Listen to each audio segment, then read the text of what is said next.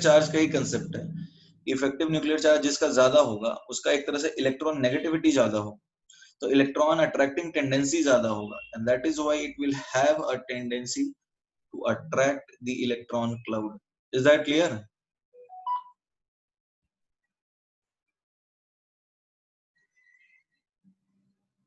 Okay fine, हम आगे बढ़ सकते हैं। अब हम मॉड्यूल के जो पहला एक्सरसाइज है ना, इंटेक्स एक्सरसाइज 1, वो तो कर ही सकते हो तुम लोग। Everybody you can solve Intex exercise 1, अब तो हो ही सकता है ना वो तो, ठीक है फाइन। नाउ सी, अभी हम बात करें तो ये लिखना है क्या, है तो हमने लास्ट क्लास में लिखा ही है। ये हम बात करें तो एप्लीकेशंस क्या है। देखो एप्लीकेशंस क्या है फैजान रूल के, इसका यूज तो बेसिकली कोवेलेंट कैरेक्टर बताने के लिए है। तो देखो basically it can be used to compare solubility, it can be used to compare solubility, it can be used to compare solubility of an ionic compound in various solvents। ये बात समझ में आ रहा है? अलग अलग सॉल्वेंट्स में हम इसको देख सकते हैं कि घुलेगा या नहीं घुलेगा। देखो तुमने एक कॉन्सेप्ट पढ़ा होगा, लाइक डिसॉल्व्स लाइक, ये नाम सुना है या नहीं? लाइक डिसॉल्व्स लाइक यानी पोलर सब्सटेंस जो है वो पोलर सॉल्वेंट में घुलेगा, राइट। इसका मतलब है कि NaCl जो है वो पानी में ज्यादा घुलेगा, यानी हम बोल सकते हैं ionic substance will be soluble in, everybody will be soluble in कहां पे? Soluble in polar solvent. Like polar solvent कौन है? लाइक पानी। I hope you understand how is water polar solvent, right. जैसे नमक पानी में घुलता है, अब बताओ नमक तेल में घुलेगा क्या?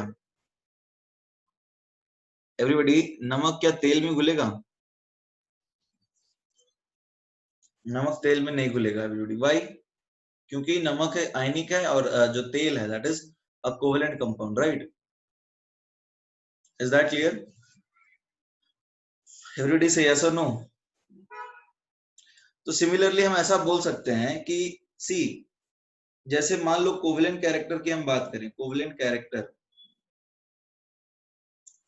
तो कोवेलेंट कैरेक्टर जैसे तुम समझ सकते हो LiF से ज्यादा होगा, मतलब LiF का कम होगा, फिर LiCl, LiBr and LiI, this will be the sequence, right. तो ये सबसे ज्यादा कोवेलेंट है। तो सॉल्युबिलिटी इन वाटर का क्या ट्रेंड होगा एवरीबॉडी? सॉल्युबिलिटी इन वाटर का क्या ट्रेंड होगा? जो सबसे ज्यादा आयनिक है वो पानी में सबसे ज्यादा घुलेगा। Is that clear? एवरीबॉडी से यस और नो। जो सबसे ज्यादा आयनिक है जैसे LiF, वो पानी में सबसे ज्यादा घुलेगा। इज दैट क्लियर और नॉट? जो सबसे ज्यादा आयनिक है वो पानी में सबसे ज्यादा घुलेगा। So LiF will be most soluble in water। Everybody written?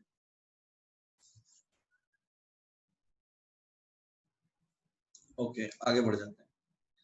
जैसे मान लो सॉल्युबिलिटी हम चेक करना चाह रहे हैं, solubility चेक करना चाह रहे हैं in non polar solvent. Non polar solvent समझते हो?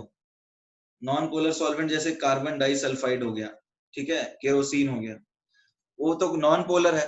तो उसमें कौन ज्यादा घुलेगा बताओ? कोवेलेंट ज्यादा घुलेगा या आयनिक ज्यादा घुलेगा? जैसे कि एग्जांपल लिया मैंने carbon disulphide, this is a non polar solvent, तो इसमें सबसे ज्यादा कौन घुलेगा एवरीबॉडी? उसमें सबसे ज्यादा LiCl। ये समझ में आ रहा है ट्रेंड कैसे आ रहा है? देखो ये मोस्ट कोवेलेंट है, तो ये पानी में कम से कम घुलेगा, एंड ये मोस्ट आयनिक है तो पानी में सबसे ज्यादा घुलेगा। Is that clear? Okay. LiF most covalent कहाँ है श्रेयस? कहाँ तुम्हें LiF को मोस्ट कोवेलेंट दिख रहा है?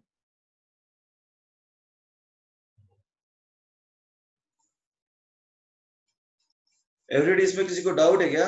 आगे बढ़ सकते हैं, ये लिख लिया, रिटन एवरीवन? अच्छा देखो, जैसे छोटा सा सवाल है, तुमसे पूछा जा रहा है कि which is more soluble in water, which is more soluble in water, पूछा जा रहा है इनमें पानी में कौन घुलेगा, Ag2S, जैसे Ag2S है और Ag2O है, इनमें ज्यादा पानी में कौन घुलेगा? Everybody tell me the answer. Out of Ag2S and Ag2O, which will be more soluble in water?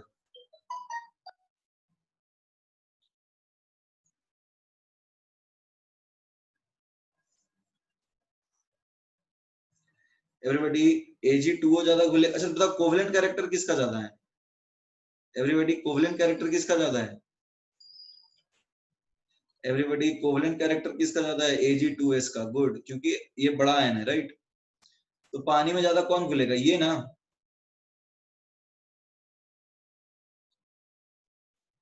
Solubility in water किसका ज्यादा होगा? I hope it is clear, right?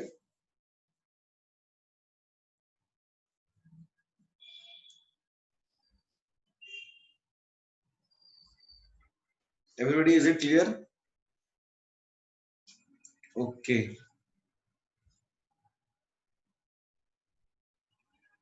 ये लिख लिया सबने? ओके।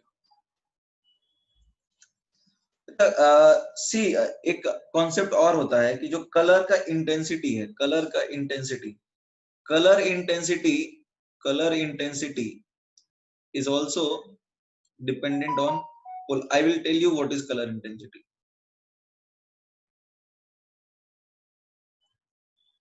लिख लिया भावेश?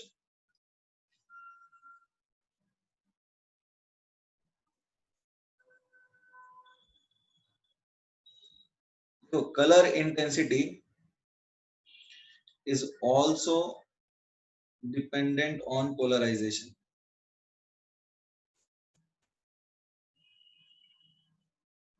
कलर इंटेंसिटी का मतलब क्या होता है? Let us try to understand this. देखो, कलर इंटेंसिटी का मतलब क्या है? AgCl एक प्रेसिपिटेट है, प्रेसिपिटेट यानी पानी में घुलता नहीं है, इसका कलर होता है व्हाइट। AgBr का कलर क्या होता है एवरीबॉडी? किसी को पता है what is AgBr? Colour of AgBr किसी को पता है? बताओ एवरीबॉडी। ब्राउन? नहीं, AgBr का कलर क्या है? येलो। गुड, AgBr का कलर होता है येलो। And AgI? AgI को देखोगे तो थोड़ा डार्क येलो है। नहीं नहीं, इट इज डार्क येलो।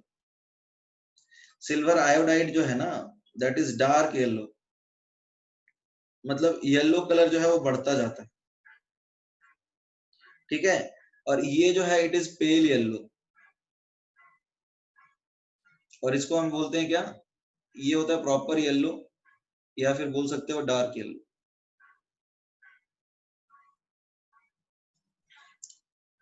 अब इसमें कुछ रीजन समझ में आ रहा है ऐसा क्यों होता है? एवरीडी, इससे कुछ समझ में आ रहा है कलर का क्या रीजन है? तो हम ऐसा समझाते हैं कि due to polarization, due to polarization the color intensity, the color intensity also increases.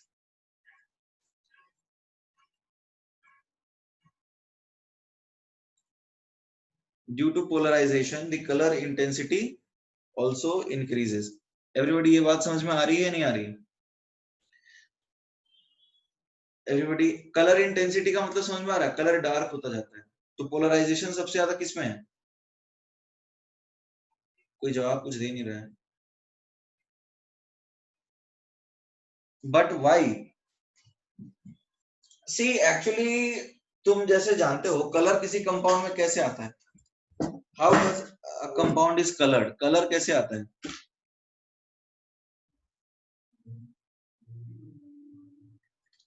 Due to excitation. देखो, एक्साइटेशन तो है ही, जैसे इलेक्ट्रॉन लोअर एनर्जी से हायर एनर्जी में जाते हैं, उसके बाद फिर हायर एनर्जी से लोअर एनर्जी में आते हैं, ठीक है ना? तो उसके कारण कलर होता है, ठीक है?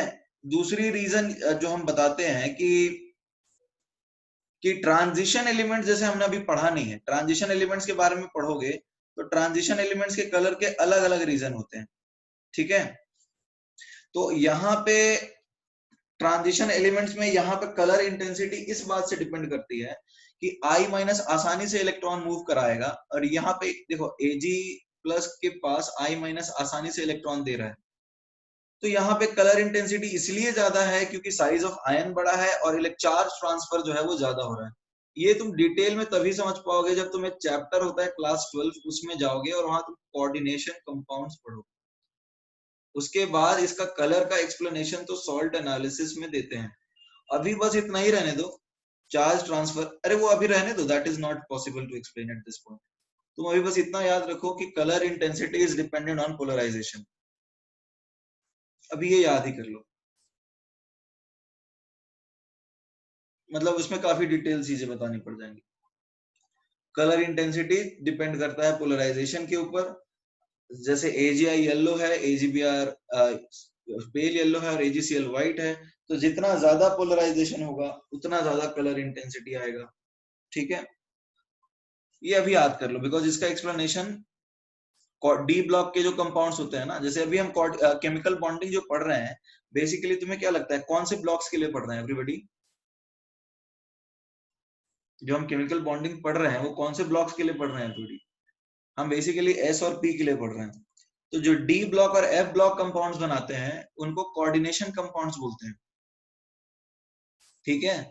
डी ब्लॉक और F ब्लॉक जो कंपाउंड बनाते हैं they are called coordination compounds. और कोऑर्डिनेशन कंपाउंड्स के बाद जो है एक चैप्टर होता है सॉल्ट एनालिसिस, उसमें तुम ये पढ़ोगे कलर इंटेंसिटी कैसे आता है।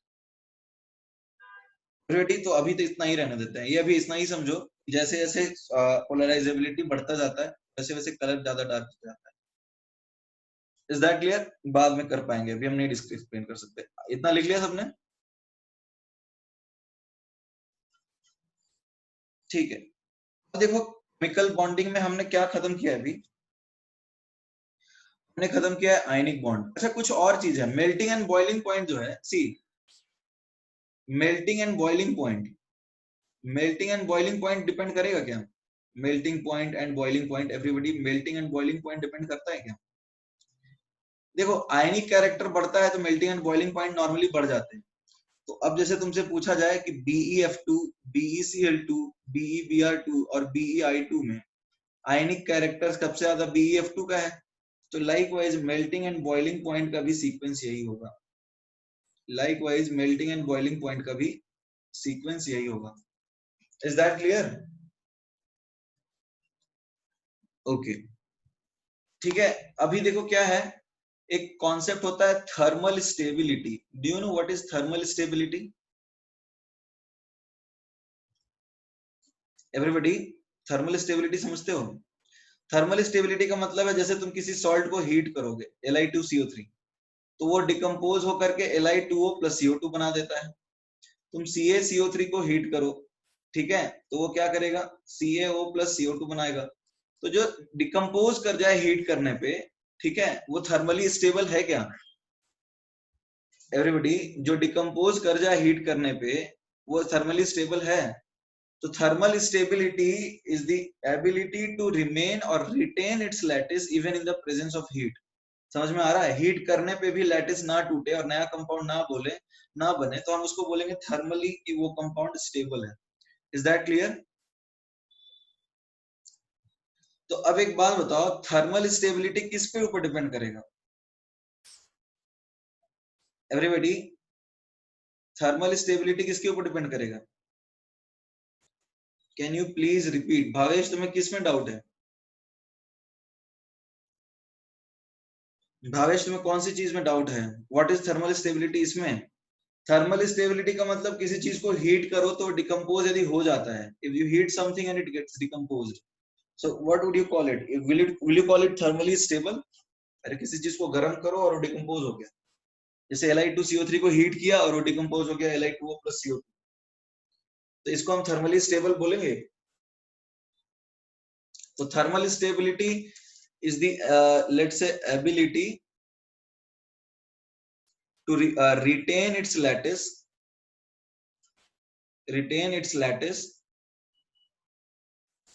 when heat is applied,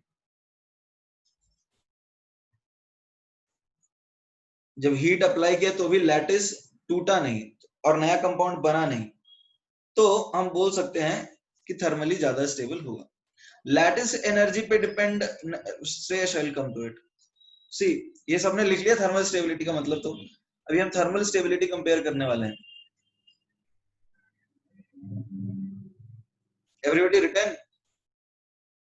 melting and boiling point भी उनका ही ज्यादा होता है जिनकी थर्मल स्टेबिलिटी ज्यादा है।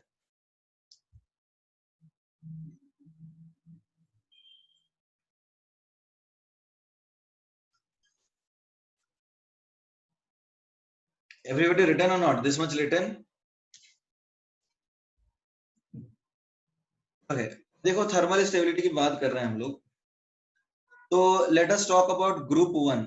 ग्रुप वन में जो कंपाउंड्स होते हैं जो अल्कली मेटल्स बनाते हैं, उनकी बात कर लेते हैं। अल्कली मेटल्स जो कंपाउंड बनाते हैं, तो देखो ग्रुप वन में कौन कौन सा एलिमेंट है, जैसे Li plus, K plus, Na plus, मतलब Na plus, K plus, Rb plus और Cs प्लस। तो ये एक तरह से हो गए लिथियम, सोडियम, है ना, इस तरह से। अब देखो ऑक्सीजन कौन कौन से आयन बनाता है? एवरीबॉडी, इसको बोलते हैं ऑक्साइड, ठीक है। इसको बोलते हैं, क्या बोलते हैं इसको? पर ऑक्साइड। और इसको क्या बोलते हैं एवरीबॉडी?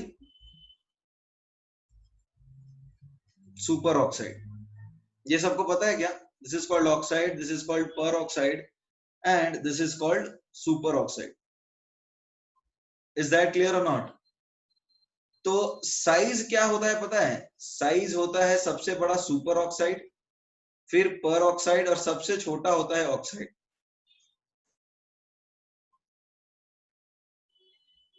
सबसे बड़ा होता है कौन? साइज सुपर ऑक्साइड का, और उसके बाद छोटा होता है पर ऑक्साइड, और सबसे छोटा होता है नॉर्मल ऑक्साइड।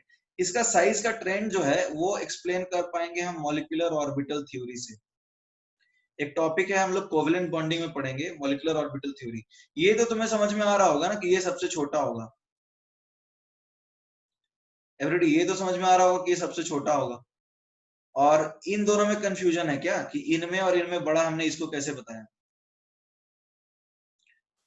तो ये मॉलिक्यूलर ऑर्बिटल थ्योरी से ही हो पाएगा। सिग्मा और पाई बॉन्ड नाम सुना है किसी ने? सिग्मा पाई बॉन्ड क्या होता है? ओके, कितने लोगों ने नहीं सुना है? ओके, नहीं सुना है तो कोई बात नहीं, अभी रहने दो। हम एमओटी में याद दिलाना, हम इसको डिस्कस करेंगे, ठीक है। एमओटी में हम इसको डिस्कस करेंगे कि ये बड़ा कैसे होगा। मॉलिक्यूलर ऑर्बिटल थ्योरी एक टॉपिक है जो हम केमिकल बॉन्डिंग में ही पढ़ेंगे, तो उसमें हम ये डिस्कस करेंगे ये बड़ा कैसे होगा। एक्चुअली में तुम देख, एक्चुअली में इसका रीजन ये है कि परऑक्साइड आयन कुछ इस तरह का होता है, और इसका बॉन्ड ऑर्डर 1.5 आता है। तो बॉन्ड ऑर्डर खैर अभी नहीं पता, तो अभी इतना साइज ही रहने देते हैं। तो अब देखो इसमें सबसे बड़ा कटायन कौन है? सी, लिथियम जो आयन बनाता है वो सिर्फ Li2O बनाता है, ठीक है। सोडियम जो आयन बनाता है वो Na2O बनाता है और Na2O2 बनाता है। ये Li2O2 नहीं बनता, और LiO2 तो बिल्कुल भी नहीं बनता। ये समझ में आ रहा है एवरीबॉडी? ये बात समझ में आ रही है नहीं आ रही है?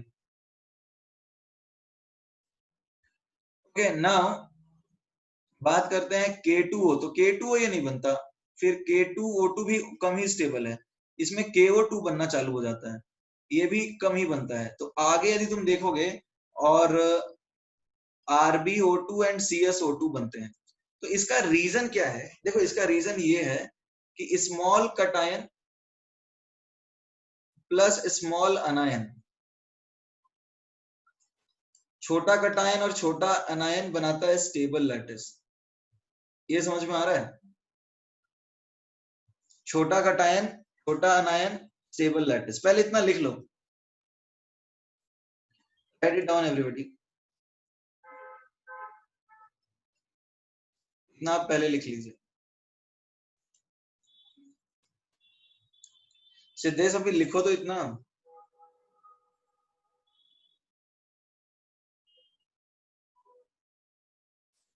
Return, everybody return. ओके, देखो हम लोग थर्मल स्टेबिलिटी कंपेयर कर रहे हैं। तो तुमने ये तो समझा होगा कि थर्मल स्टेबिलिटी जो है, थर्मल स्टेबिलिटी किसके वजह से डिपेंड करेगा? आयनिक कैरेक्टर के प्रोपोर्शनल होगा ना एवरीबॉडी। थर्मल स्टेबिलिटी हम बोल सकते हैं आयनिक कैरेक्टर के प्रोपोर्शनल होगा। थर्मली एक कंपाउंड तभी स्टेबल होगा जब आयनिक कैरेक्टर ज्यादा है। तो आयनिक बॉन्ड स्टेबल कब बनेगा एवरीबॉडी? ये बताओ कि एक आयनिक बॉन्ड स्टेबल कब बनेगा?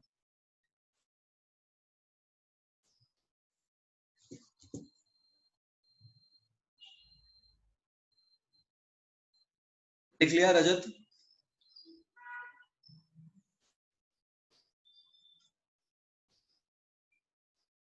फाइन। देखो होता क्या है, हमने पढ़ा है कि कोवेलेंट कैरेक्टर के लिए हमने क्या पढ़ा है? कोवेलेंट कैरेक्टर के लिए हमने ये पढ़ा है, आयनिक कंपाउंड में कोवेलेंट कैरेक्टर के लिए हमने पढ़ा है कि कटायन छोटा रखना चाहिए और अनायन बड़ा रखना चाहिए, यानी साइजेस में बहुत ज्यादा अंतर होना चाहिए। यदि तुम साइज का डिफरेंस ज्यादा रखोगे तो कोवेलेंट कैरेक्टर जो है वो ज्यादा होगा। Is that clear everybody? छोटा कटायन बड़ा अनायन, यानी जो रेट डिफरेंस है साइज में वो बहुत ज्यादा हो तो कोवेलेंट कैरेक्टर ज्यादा होगा।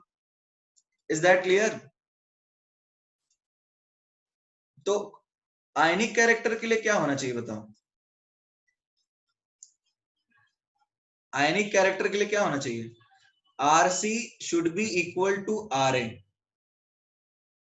देखो यहां पे क्या था, जब RA ज्यादा है तो Z इफेक्टिव अनायन का काफी कम हो जाता है, और जब RC छोटा है तो Z इफेक्टिव कटायन का काफी बढ़ जाता है, इसीलिए पोलराइजेशन चालू हो जाता है। Is that clear? यहाँ पे हम कटायन और अनायन की Z इफेक्टिव की बात कर रहे हैं, राइट? तो यहाँ पे इसका Z इफेक्टिव काफी ज्यादा है और इसका Z इफेक्टिव काफी कम है, तो एक बहुत ज्यादा खींच लेता है जिससे पोलराइजेशन हो जाता है, and that is why we can explain कि covalent character is being generated. Is that clear everybody? तो यहाँ पे in this case let's say we have RC equal to RA, that is Z effective cation equal to Z effective of anion. Does that make sense? समझ में आ रहा है? तो अब Z इफेक्टिव दोनों के बराबर हैं तो होगा नो पोलराइजेशन, तो होगा नो पोलराइजेशन, और वहां पे तुम्हें मिलेगा परफेक्ट आयनिक बॉन्ड, वहां पे तुम्हें मिलेगा perfect ionic bond. Is that clear? तो कंसेप्ट ये है कि परफेक्ट आयनिक बॉन्ड उन आयंस के बीच में ही बनता है जिनके साइजेस बराबर हो या फिर ऑलमोस्ट कंपेरेबल हो। Is that clear everybody? Everybody is that clear? Perfect ionic bond बनने के लिए डिफरेंस रेडियस में कम से कम होना चाहिए। इसका मतलब ये है कि कटायन का जो साइज है वो अनायन के साइज के बराबर होना चाहिए। देखो कोवेलेंट कैरेक्टर में क्या होता था, छोटा कटायन ले लो और बड़ा अनायन ले लो। छोटा कटायन लोगे इसका मतलब Z इफेक्टिव कटायन का ज्यादा है, और बड़ा अनायन लोगे यानी Z इफेक्टिव अनायन का कम है। तो अब एक का Z इफेक्टिव ज्यादा है दूसरे का कम है, इसलिए वो अपनी तरफ खींचता है, and that is why covalent character is being generated. तो आयनिक कैरेक्टर के लिए क्या चाहिए, कैसे हम आयनिक कैरेक्टर बढ़ा सकते हैं कंपाउंड में? एवरीबॉडी एक आयनिक कैरेक्टर हम कैसे बढ़ा सकते हैं जब दोनों के साइजेस कंपेरेबल हो? इसमें किसी को डाउट है? ये लिख लिया सबने? देखो एक बात जरा समझने की कोशिश करो, जैसे Na प्लस F माइनस है, Na प्लस Cl माइनस है, Na प्लस Br माइनस है, Na प्लस I माइनस है, तो इसमें Na प्लस का जो साइज है उसके क्लोजेस्ट साइज किसका है बताओ एवरीबॉडी? Na प्लस का जो साइज है उससे क्लोजेस्ट साइज कौन सा है? F माइनस है। तो सबसे ज्यादा आयनिक कैरेक्टर देख लो ना इसका है, और जैसे जैसे डिफरेंस साइज का बढ़ता जाता है कोवेलेंट कैरेक्टर बढ़ता जाता है। Is that clear? तो Na प्लस सबसे बेहतर आयनिक बॉन्ड F माइनस के साथ बनाएगा ना एवरीबॉडी? इज दैट क्लियर और नॉट? तो ये लिखो जल्दी से।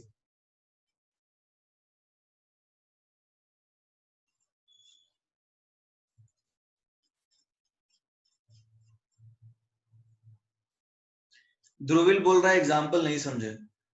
अरे ध्रुविल Na प्लस का जो साइज है वो किसके कंपेरेबल है? पीरियोडिक टेबल तो तुमने पढ़ा होगा ना। Na प्लस का जो साइज है वो किसके कंपेरेबल होगा? सबसे क्लोज किसके होगा बताओ? F माइनस के। तो जब डिफरेंस ऑफ साइज ज्यादा नहीं हो, या फिर बोल सकते हो साइजेस आयंस के कंपेरेबल हो, तो आयनिक कैरेक्टर ज्यादा होता है, राइट। यहाँ पे तो डिफरेंस साइज ज्यादा है तो कोवेलेंट कैरेक्टर ज्यादा होगा। तो खुद सोचो कि सबसे ज्यादा आयनिक कैरेक्टर किसके केस में होगा?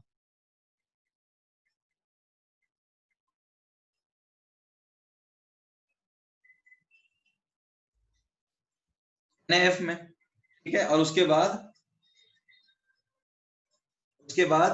फिर NaCl, फिर likewise NaBr and NaI। Is that clear Dhruvil?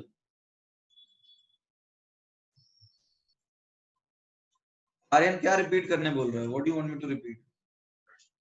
कौन सा पार्ट रिपीट करूं?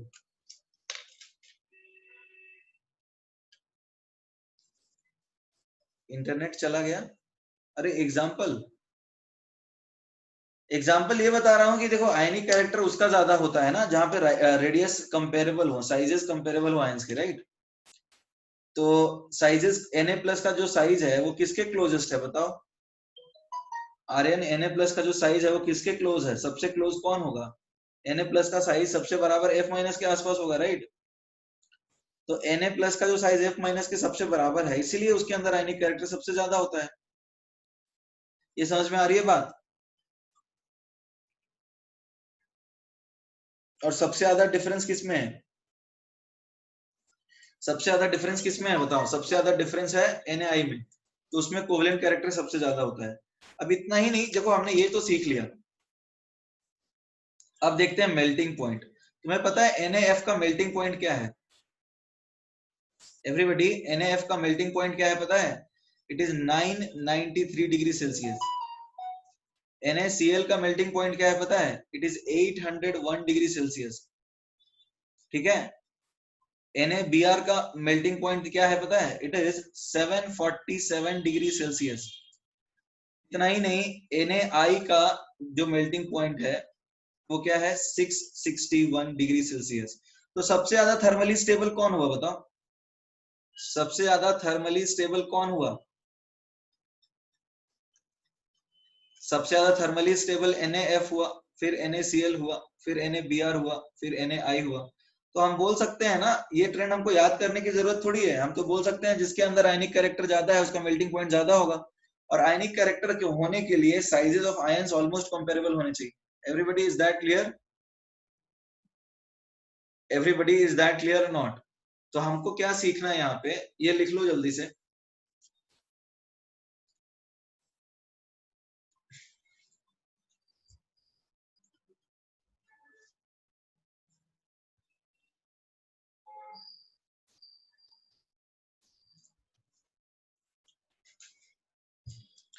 Done everyone?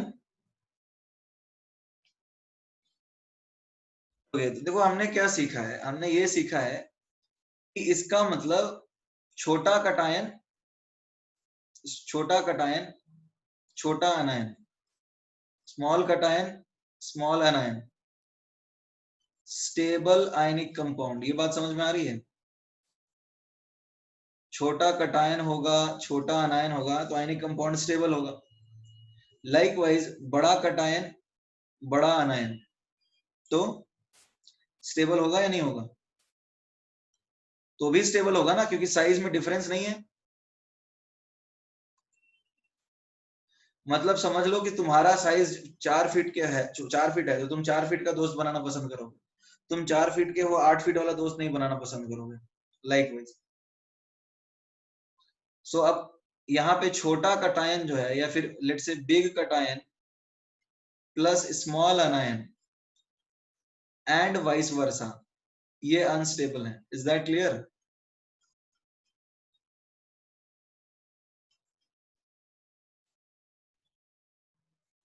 ये अनस्टेबल आयनिक कंपाउंड बनाएंगे। तो कॉन्सेप्ट ये है, देखो तुमने इस तरह के कंपाउंड्स पढ़े होंगे ना, K2Cr2O7, ठीक है, पोटेशियम डाइक्रोमेट। उसमें देखो क्या होता है, K प्लस बहुत बड़ा मतलब डाइक्रोमेट बहुत बड़ा आयन है, डाइक्रोमेट बहुत बड़ा आयन है, तो ये बड़े कटायन के साथ ही जाता है। जैसे Li2Cr2O7 नहीं बनता है, ठीक है, Na2Cr2O7 नहीं बनता है। रीजन समझ में आ रहा है क्या? क्योंकि ये बड़ा अनायन है जो कि छोटे कटायन के साथ कंपाउंड नहीं बनाएगा। उसी तरह से देख लो, तुम्हारे पास है KMnO4, तो K प्लस भी बड़ा अनायन है, तो MnO4 माइनस भी बड़ा अनायन, मतलब ये बड़ा कटायन, ये बड़ा अनायन, तो ये बन जाता है।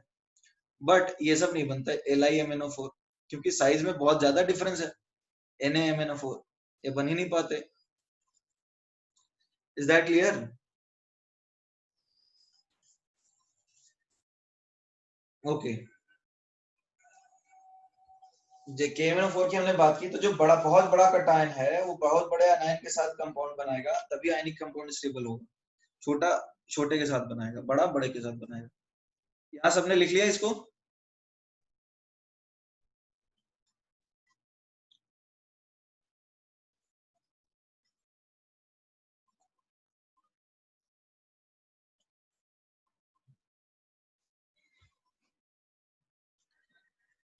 ओके, तो देखो हमने ये चीजें सीखी, तो अब वापस आ जाते हैं। देखो तुम्हारे पास ऑक्सीजन के 3 आयंस हैं, जिसमें ये सबसे बड़ा है, इसको बोलते हैं अपन सुपर ऑक्साइड। इसको क्या बोलते हैं? पर ऑक्साइड, नाम तो सुना होगा ना, हाइड्रोजन पर ऑक्साइड। और ये है नॉर्मल ऑक्साइड। तो अब देखो क्या है, हमने ये बोला था कि, याद करो कि लिथियम जो है सिर्फ और सिर्फ मोनो ऑक्साइड बनाता है, ये दोनों नहीं बनाता।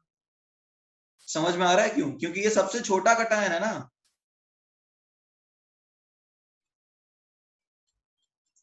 तो ये सबसे छोटे आयन के साथ जाना पसंद करेगा। समझ में आ रहा है? छोटा कटायन छोटे आयन के साथ जाएगा।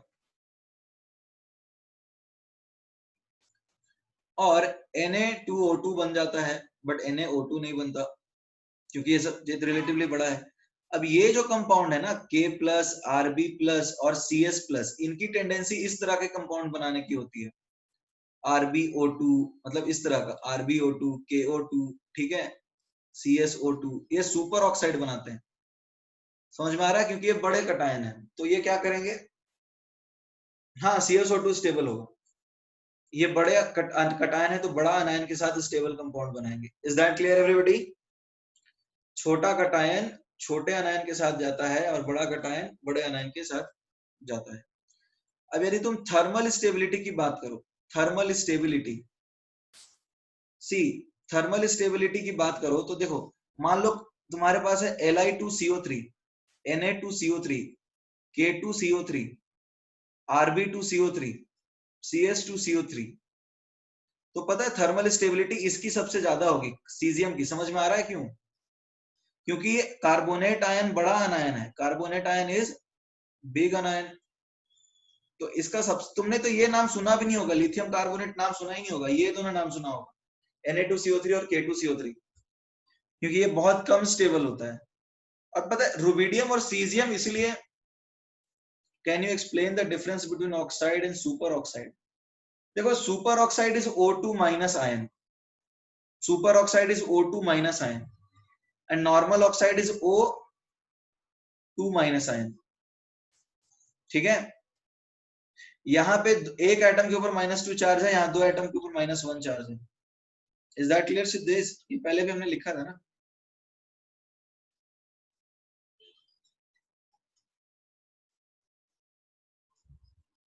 Everybody done?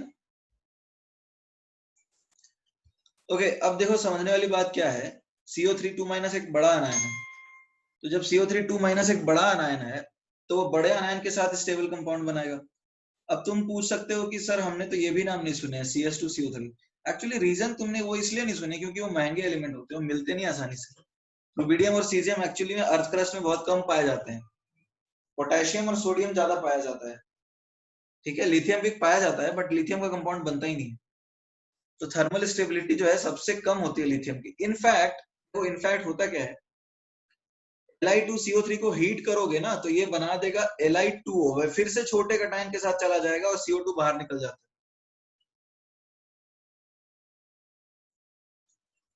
ठीक है।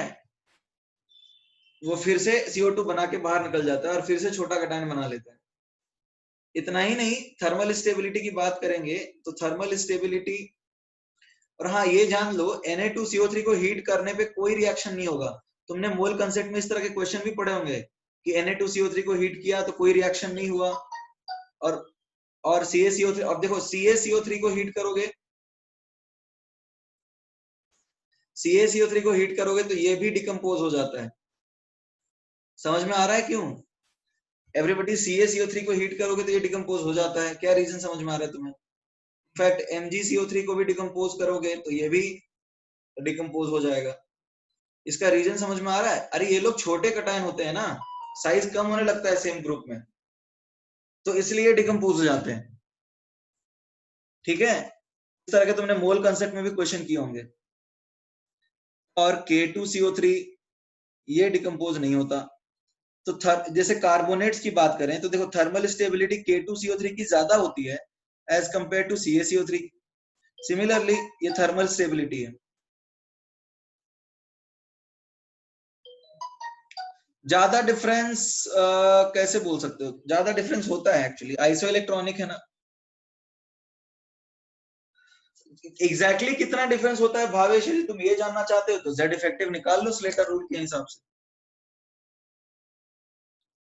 Is that clear Bhavesh? ये तुम एग्जैक्टली देखना चाह रहे हो कि कितना साइज में डिफरेंस है, तो तुम स्लेटर रूल से जेड इफेक्टिव निकाल लो दोनों का जिसका। Is that clear Bhavesh?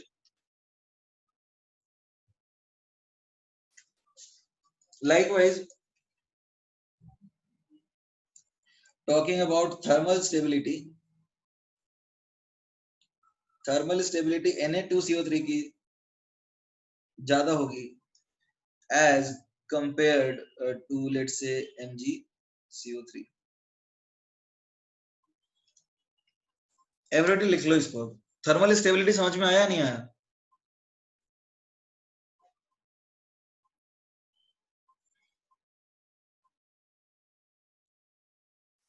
Everybody return.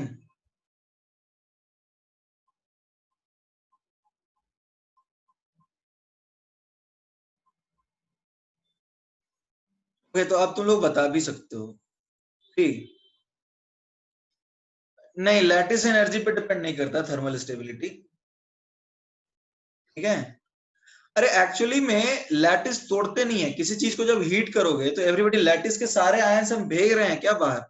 Everybody एक बात बताओ, थर्मल स्टेबिलिटी को लैटिस एनर्जी से कंपेयर कर सकते हैं क्या? लैटिस एनर्जी में क्या होता है बताओ? लैटिस एनर्जी में सारे आयंस को भगाने होते हैं हमें इनफाइनाइट डिस्टेंस पे, लेकिन ऐसा यहाँ पे थोड़ी कर रहे हैं। यदि हम NaCl सॉलिड को गर्म करके NaCl लिक्विड भी बना दिए तो सारे आयंस तो अभी भी इंटरेक्ट करेंगे। ये समझ में आ रहा है या नहीं आ रहा? एवरीबॉडी से यस और नो। यदि हमने NaCl को सॉलिड से लिक्विड में कन्वर्ट कर दिया तो अभी थोड़ी हमने इनफाइनाइट आयंस डिस्टेंस पे भेज दिया। तो लैटिस एनर्जी तो यहाँ पे डिपेंड नहीं करता है ना थर्मल स्टेबिलिटी के ऊपर, वो तो आयनिक कैरेक्टर पे डिपेंड करता है। लैटिस एनर्जी में तो हमको इनफाइनाइट डिस्टेंस पे भेजना पड़ता है, इस तरह से कि आयंस इंटरेक्ट ही ना करें।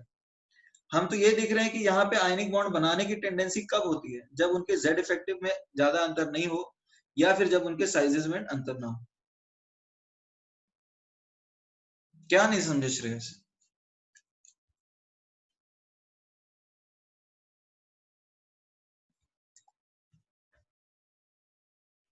क्या नहीं समझे? बोलो, अनम्यूट किया तुमको।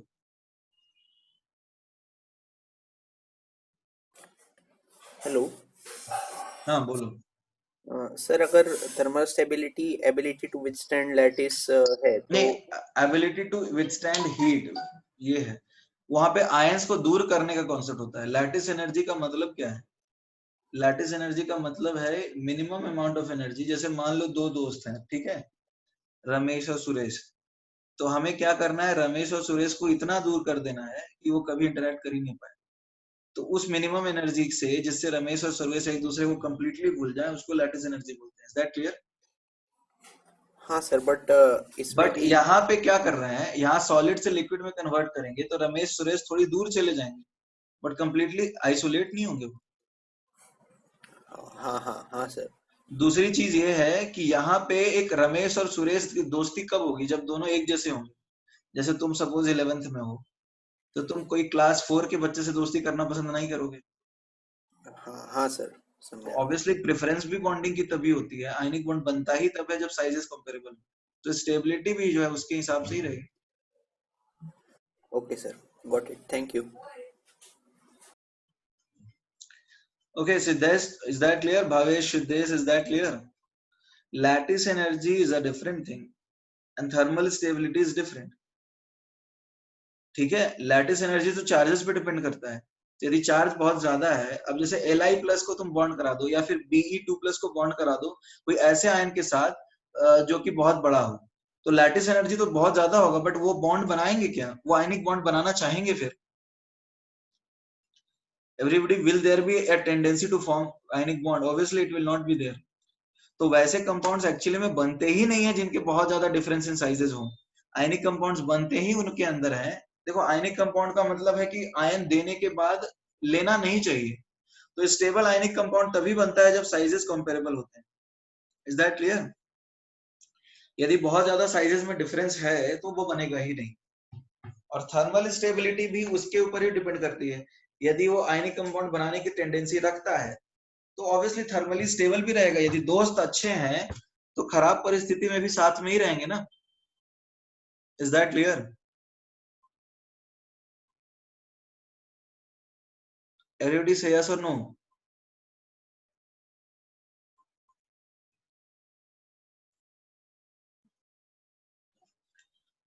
ओके, सिमिलरली यदि मैं तुमसे पूछ रहा हूं थर्मल स्टेबिलिटी इस केस में कंपेयर करो,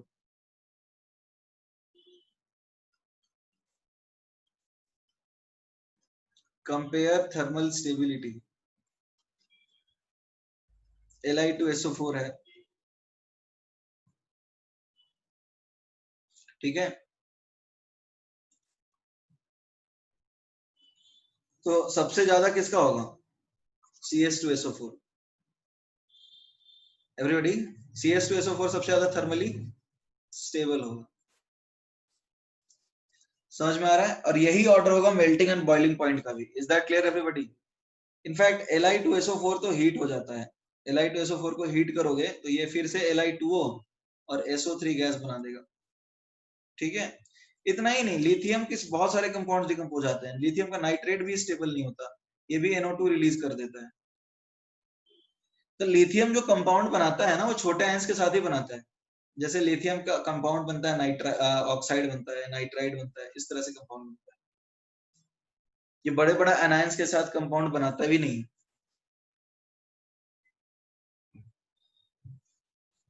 okay, everybody written?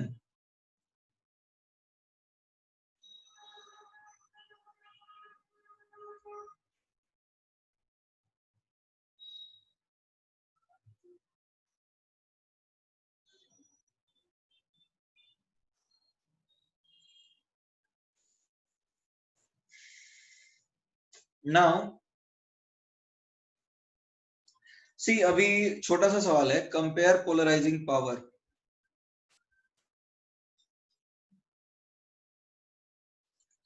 Compare polarising power और बताओ सबसे ज्यादा किसका है?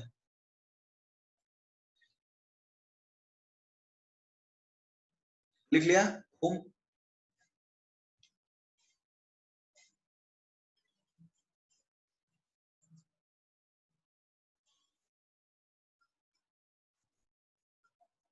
Suppose you have certain ions, like suppose तुम्हारे पास है H plus, Li plus, Na plus, K plus, Rb plus, Cs plus.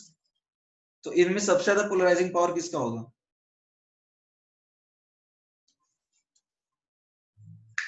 Everybody please respond. What is polarising power? Raj, तुम अभी अभी आए हो क्या क्लास में? एवरीबॉडी, पोलराइजिंग पावर हमने कब पढ़ा था? चार्ज टू रेडियस होता है ना, पिछले वाले लेक्चर देख लो फिर। सबसे ज्यादा पोलराइजिंग पावर H प्लस का होगा, and H plus is the ion which has highest polarising power. H plus का polarising power lithium, beryllium 2 plus और B3 प्लस से भी ज्यादा होता है। समझ में आ रहा है क्यों? ठीक है राज, तुम पुराने वाले वीडियोस फिर देख लो। तुम शायद नया एडमिशन लियो क्या? इज इट योर न्यू, मतलब नया एडमिशन लिया, शायद तुम पहला क्लास अटेंड कर रहे हो, तो पुराने वाले लेक्चर एक बार देख लो, उसके बाद तुम्हें थोड़ा आसान होगा। तो अब देखो, तुम्हारे पास H प्लस है, Be2 प्लस है और B3 प्लस है। तो एक्चुअली में H plus is simply proton. तो ठीक है सिद्धेश, तुम भी देख लो यार पुराने वाले लेक्चर। है ना? ये कोई एटम है ही नहीं। एवरीबडी ये बात समझ में आ रहा है? एवरीबडी ये बात समझ में आ रहा है कि ये तो एक्चुअली प्रोटॉन है, ये कोई एटम है ही नहीं। और ये एक एटम है, Be2+ is an atom and B3+ is again an atom. तो ये प्रोटॉन है और ये दोनों एटम है। ये बात समझ में आ रही है नहीं आ रही? तो अब प्रोटॉन तो बहुत छोटा होगा ना, size of nucleus is very small as compare to size of atom, ये तो सबको पता ही है। तो साइज, अब तो ये तो न्यूक्लियस हो गया और ये सब एटम्स हैं, तो न्यूक्लियस का साइज तो बहुत छोटा होगा ना, तो radius of H+ will be very less, ये बहुत छोटा होगा। और चार्ज बहुत ज्यादा अंतर है नहीं, तो पॉइंट चार्ज की तरह बिहेव करेगा। तो इसका पोलराइजिंग पावर जो है, चार्ज टू रेडियस रेशियो बहुत ज्यादा होता है। H+ has highest polarizing power among all the cations। जितने भी cations होते हैं उसमें इनफैक्ट H+ को तो प्रोटॉन बोलते हैं। H+ is actually proton। Is that clear? So it has highest polarizing power, highest polarizing power among all the ions, among all the cations। अब इनफैक्ट H+ से जो बॉन्ड बनाता है उसको आयनिक बॉन्ड भी नहीं बोलते हैं। एवरीबॉडी, जो H+ जहां पे कटायन है उस बॉन्ड को आयनिक बोलते हैं क्या? उसको कोवलेंट बॉन्ड बोलते हैं। देख लो HCl, HF, HI, H किसके साथ भी बॉन्ड बनाया उसको आयनिक बॉन्ड बोलते भी नहीं है, उसको कोवलेंट बॉन्ड बोलते हैं, पोलर कोवलेंट बॉन्ड बोलते हैं। मतलब है तो कोवलेंट, पोलर कोवलेंट नाम देते हैं उसको, HF, HI। हाँ, ये ऑर्डर सही बोल रहे हो। ये ऑर्डर कुछ इस तरह का होना चाहिए, ऐसा मतलब H+, फिर B3+, फिर Be2+, ये ऑर्डर होना चाहिए। ठीक, ये ऑर्डर ये एरो ऐसा कर लो, ठीक है? पोलराइजिंग पावर है ये।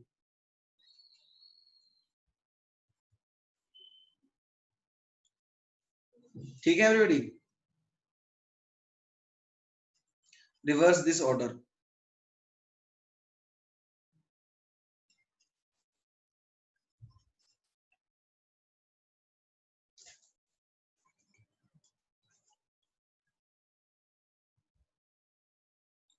Everybody, is that clear?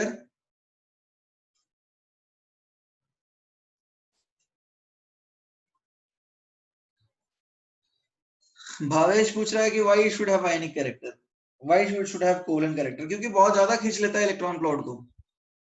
Reason ये है कि इलेक्ट्रॉन क्लाउड को बहुत ज्यादा खींच लेता है, that is why it generates covalent character. उसको पोलर कोवलेंट बॉन्ड बोलते हैं। Is that clear? Everybody written? Okay, अब एक छोटा सा सवाल मैं पूछ रहा हूं तुमसे, which of the following will have, which of the following will have highest melting point? इनमें सबसे ज्यादा मेल्टिंग पॉइंट किसका होगा? ऑप्शन है LiF, LiCl, LiBr और LiI। एवरीबॉडी बताइए। LiF, गुड, ठीक है ठीक है। इसमें किसी को डाउट है?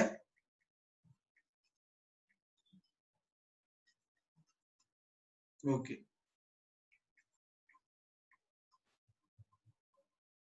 ठीक है, तो इसका आंसर LiF होगा, राइट? LiF का देखो, LiI का इनफैक्ट मोल्टिंग पॉइंट होता है 469 डिग्री, और जो LiF है, LiF that is lithium fluoride, ये तुम्हें याद करने की जरूरत नहीं है, बट हाँ ऑर्डर तुमसे पूछा जा सकता है। ये होता है 848.2 डिग्री सेल्सियस। ये तुम LiCl की बात करोगे तो LiCl होता है 605 डिग्री सेल्सियस। LiBr की बात करोगे तो देखो LiBr भी उसी सीक्वेंस में आ जाएगा, LiBr आ जाएगा 552 डिग्री सेल्सियस। तो ये तो बिल्कुल उससे एक्सप्लेन हो रहा है ना कि साइजेस कंपेरेबल रहेंगे तो थर्मल स्टेबिलिटी ज्यादा होगा। Li जो है बॉन्ड बनाना नहीं चाहता है I माइनस के साथ, राइट?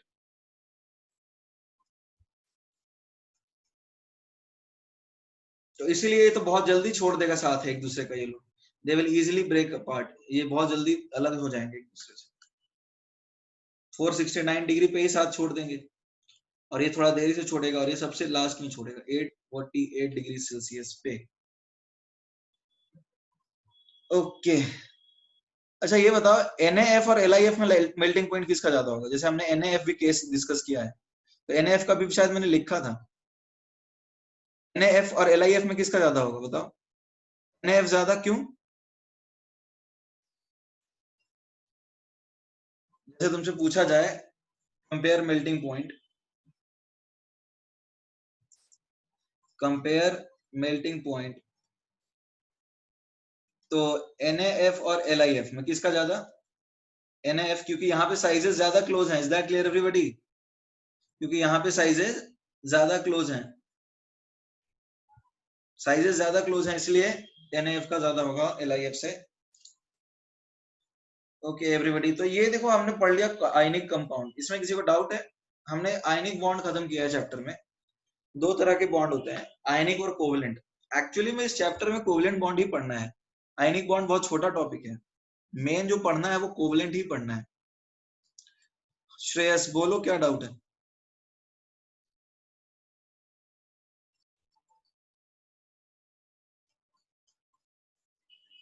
हाइड्रेशन एनर्जी, तो हाइड्रेशन एनर्जी तो हमने डिस्कस किया है ना।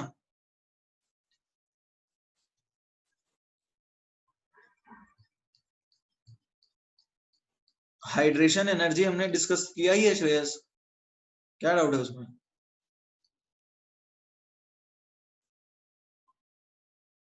उसका फॉर्मूला नहीं समझे तुम?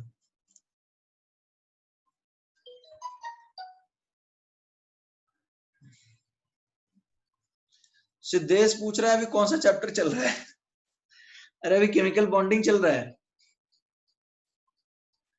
अच्छा ऐसे कितने लोग हैं जिनको ये नहीं पता चल रहा है कौन सा चैप्टर चल रहा है? और कोई है क्या? एवरीबॉडी कौन सा चैप्टर चल रहा है अभी? हाँ ठीक है कोई बात। अच्छा सिद्धेश तुम नए हो?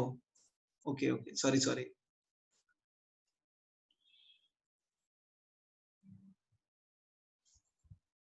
ओके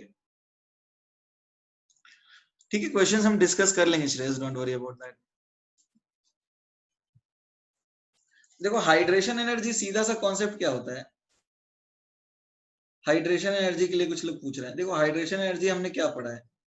हाइड्रेशन एनर्जी जो है it is proportional to charge density. ये समझ में आ रहा है? चार्ज डेंसिटी का मतलब charge to radius ratio.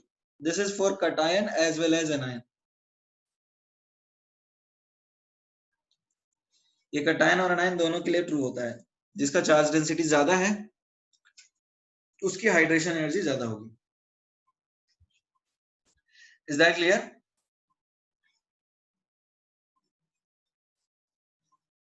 Is that clear और नॉट? फाइन। देखो मान लो जैसे तुम्हारे पास एक सॉल्ट है Na+Cl- common salt.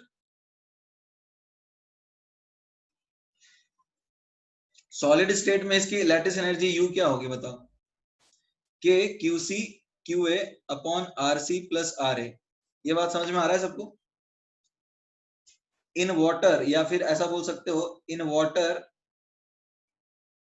Having dielectric constant D, lattice energy U dash क्या आएगा? K QC QA upon D RC plus RA।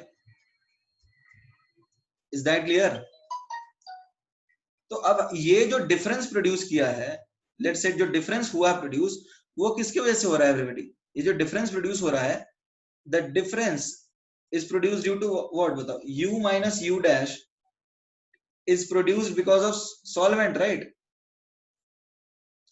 ये D नीचे क्यों आया? ये तो फॉर्मूला होता है इलेक्ट्रोस्टैटिक्स का।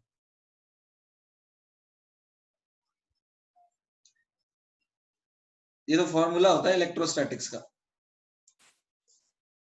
क्योंकि देखो एयर में जो क्या है, चार्जेस आसानी से इंटरेक्ट कर सकते हैं वैक्यूम में। किसी मीडियम में डालोगे तो इंटरेक्शन मुश्किल हो जाता है। जैसे पानी में चार्जेस के बीच का इंटरेक्शन आसान होगा या मुश्किल होगा? कम हो जाएगा ना। वाटर के लिए D81 होता है। तो वे सबसे आसानी से फोर्सेस तब काम करते हैं जब एयर हो या फिर वैक्यूम। कोई एक मीडियम में फोर्सेस कम हो जाते हैं, वाटर के लिए D81 होता है। इसको मैंने समझाया था। मान लो रमेश और सुरेश दोस्त हैं, वो गोवा घूमने गए थे, तो अपने घर पे या फिर जब अपने घर से निकले थे तो उनका इंटरेक्शन सपोज एक्स था, अब गोवा में इंटरेक्शन उनका थोड़ा कमजोर हो गया क्योंकि नए दोस्त उनको मिल गए और उनके साथ उनको ज्यादा अच्छा लग रहा है। तो अब गोवा में इंटरेक्शन वाई है और घर पे जब निकले थे घर से तब इंटरेक्शन एक्स था। तो डिफरेंस क्या प्रोड्यूस कर दिया गोवा के ऑडियंस ने, एक्स माइनस वाई। जो डिफरेंस प्रोड्यूस हुआ what is what how is that coming, वो कैसे आ रहा है? That is because of the, क्या बताओ, ऑडियंस जो लोग वहां मिले उसके वजह से ना। तो यहाँ पे जो u minus U dash difference आ रहा है that is called solvent, is due to solvent. नहीं, d is not, actually k is 1/4 pi epsilon naught, ठीक है। और एप्सिलॉन नॉट में भी एक होता है ई आर, रिलेटिव परमिटिविटी, तो वो पढ़ोगे तुम, अभी लेट से पढ़ोगे क्लास 12th में। रिलेटिव परमिटिविटी होता है, रिलेटिव परमेबिलिटी होता है, और स्पीड ऑफ लाइट होता है ये root under permeability and permittivity. खैर ये सब अभी नहीं है, इसका अभी ज्यादा यूज कुछ नहीं है। फाइन, होगा हाँ। अब देखो क्या है कि जो u minus U dash difference है, u माइनस NaF में डिफरेंस कम कैसे है? सोनाली एक बात बताओ, Li कहाँ आता है? Li और Na, फ्लोरीन और सोडियम सेम ग्रुप में आते हैं पीरियोडिक टेबल में, और ये अलग ग्रुप में आता है, सॉरी पीरियड में। दिस इज समझ में आ रहा है या नहीं आ रहा? नहीं नहीं, एक सेकंड एक सेकंड एक सेकंड, तुम ऐसे समझो कि Na plus and F minus they are isoelectronic. अरे इनका एटॉमिक नंबर में डिफरेंस कम है ना Sonali, that is the reason. ये साइजेस कंपेरेबल इसलिए हैं क्योंकि एटॉमिक नंबर में डिफरेंस कम है। वैसे ही समझ लो ना, सबसे अच्छा तरीका तो वही है। फाइन एवरीबॉडी,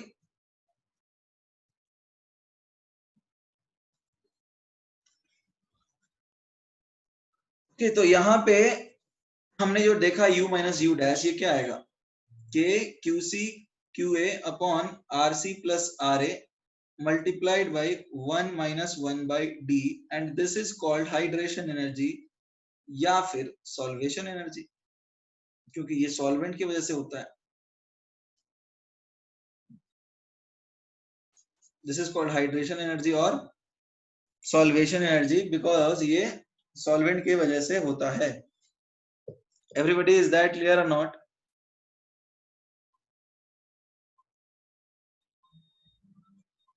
तो हमने पढ़ा है पहले भी। ओके एवरीबॉडी, हम आगे बढ़ सकते हैं अब। तो देखो केमिकल बॉन्डिंग में हमने क्या पढ़ा है, अब तक हमने पढ़ा है आयनिक बॉन्ड, राइट। बट ज्यादातर पार्ट जो हमें इस चैप्टर में पढ़ना है, व्हाट इज दैट एवरीबॉडी, वो क्या है? कोवलेंट बॉन्डिंग पढ़ना है हमें। तो कोवलेंट बॉन्ड क्या बोलते हैं? व्हाट इज कोवलेंट बॉन्ड, बताओ एवरीबॉडी। एवरीबॉडी, कोवलेंट बॉन्ड क्या होता है? A bond formed due to sharing of electrons, right?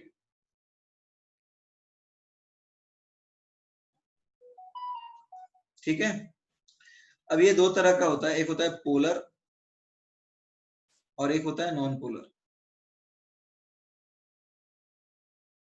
C polar में क्या है, XA minus XB is not equal to 0, और यहाँ पे क्या है, XA is equal to XB है।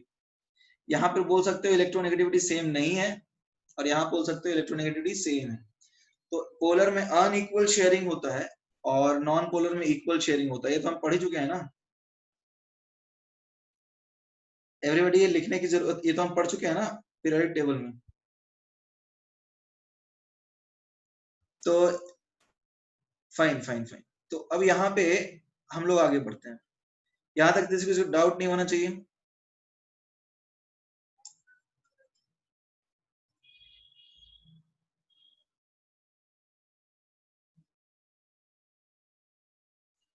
ओके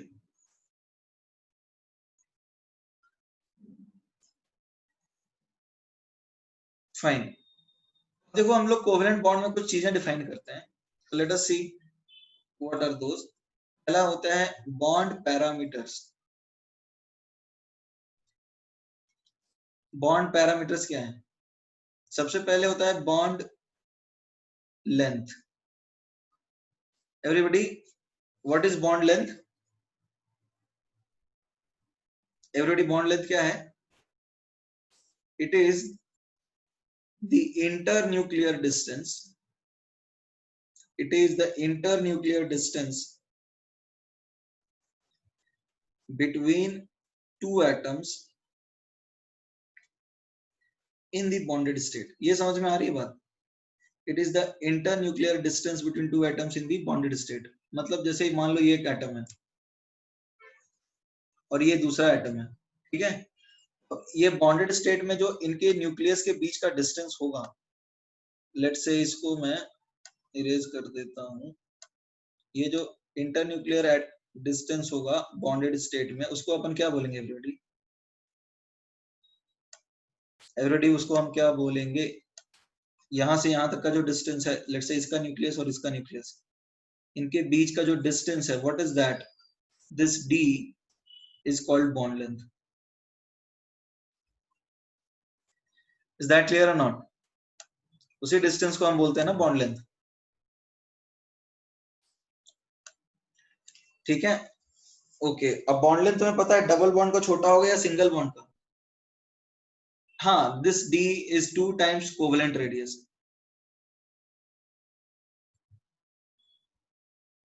तो अब तुम्हें पता है कि जैसे बॉन्ड लेंथ की बात करें तो बॉन्ड लेंथ जैसे तुम्हारे पास है कार्बन कार्बन, तो ये बड़ा होगा, कार्बन कार्बन छोटा होगा, और ट्रिपल वाला और छोटा होगा, क्योंकि ओवरलैपिंग होता है. तो ओवरलैपिंग बढ़ने से बॉन्ड लेंथ छोटा हो जाता है. Is that clear everybody? As the overlapping increases, the bond becomes short. इसको लिखिए फिर.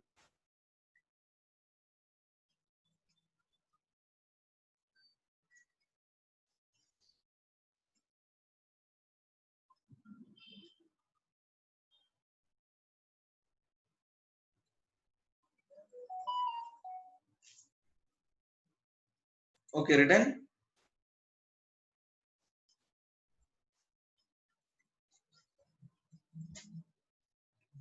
Fine. Okay. What is bond angle?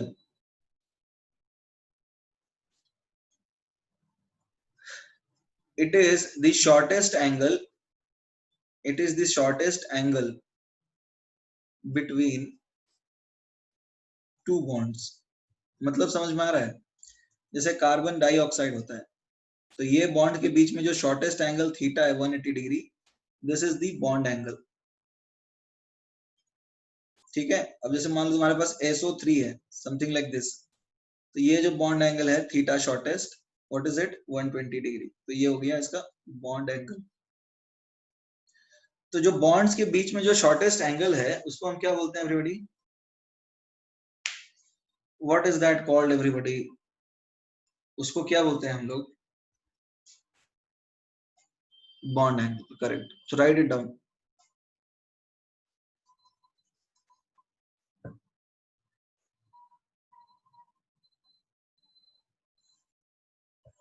Done? Everybody done? Okay. Then let us define bond order.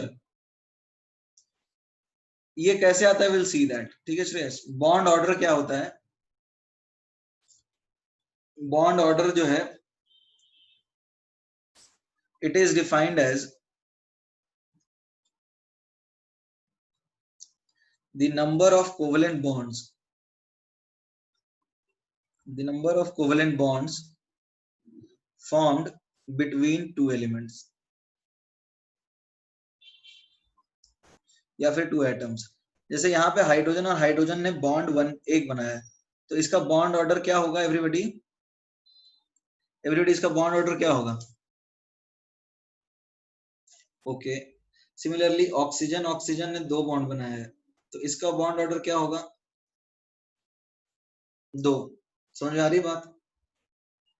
Similarly nitrogen, nitrogen ने तीन bond बनाया, तो bond order क्या होगा? तीन. ठीक है. तो ये हम बोल सकते हैं क्या कि bond length is inversely proportional to bond order. Everybody, is that clear? यदि बॉन्ड लेंथ ज्यादा है तो बॉन्ड ऑर्डर कम होना चाहिए, and vice versa.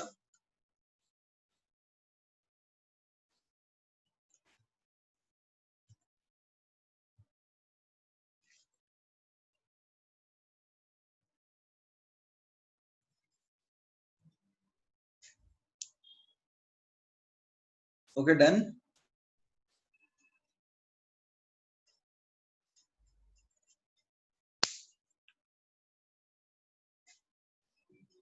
Okay Siddhesh, write it down. ठीक है सिद्धेश, लिख लो, कोई टेंशन नहीं।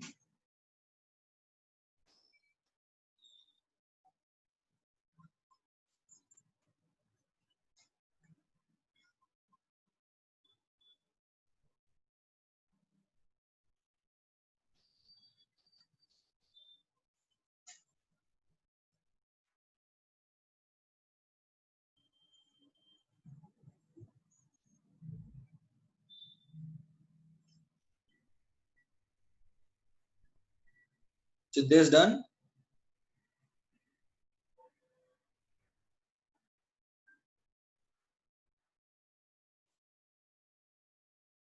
सिद्धेश हो गया लिखने का काम? Siddhesh done with the writing stuff? Okay, now let us define another parameter, and that is bond energy. Everybody, what is bond energy? It is defined as the minimum amount of energy,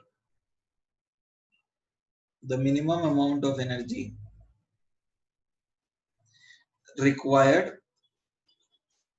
to break a covalent bond. Break a covalent bond. Covalent bond को तोड़ने के लिए जो minimum energy लगेगा, that will be called bond energy. अब देखो, bond energy दो तरह का होता है, एक होता है सिंपल बॉन्ड एनर्जी, ठीक है, और एक होता है क्या, average bond energy.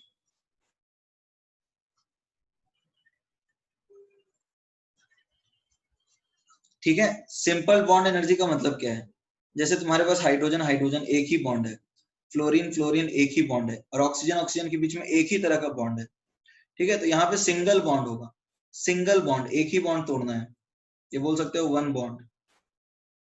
Average bond energy का मतलब क्या है? जैसे ये दो तरह के बॉन्ड है, ठीक है, OH बॉन्ड ही दो है, यहाँ पे मीथेन में देखो 4 CH बॉन्ड है, NH3 में देखो 3 NH बॉन्ड है, ठीक है, लाइकवाइज। तो अब यहाँ पर देख सकते हो, यहाँ पे एक ही तरह का बॉन्ड है, और यहाँ पे एक तरह के एक से ज्यादा बॉन्ड है। एवरीबॉडी, ये बात समझ में आ रही है नहीं आ रही? तो अब यहाँ पे more than one bond of one type, एक तरह के एक से ज्यादा बॉन्ड होते हैं तो हम एवरेज निकालते हैं, और एक ही बॉन्ड होता है एक तरह का तो हम सिंपल लिख लेते हैं, simple bond energy. Right it down.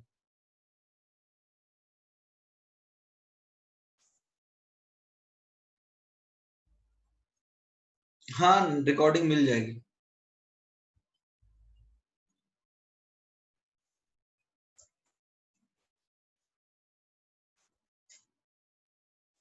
Everybody return.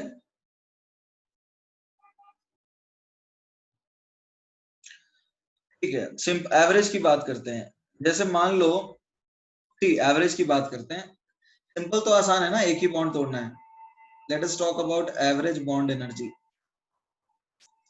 जैसे मान लो तुम्हारे पास एक मॉलिक्यूल है H2O, तो तुम इसको पहले तोड़ोगे तो मान लो OH रेडिकल टूटा, गैस में तोड़ रहे हैं, गैस में तोड़ते हैं तो क्या होता है, बॉन्ड आयंस के फॉर्म में नहीं डिसोसिएट होता है। नैनेश रिटर्न।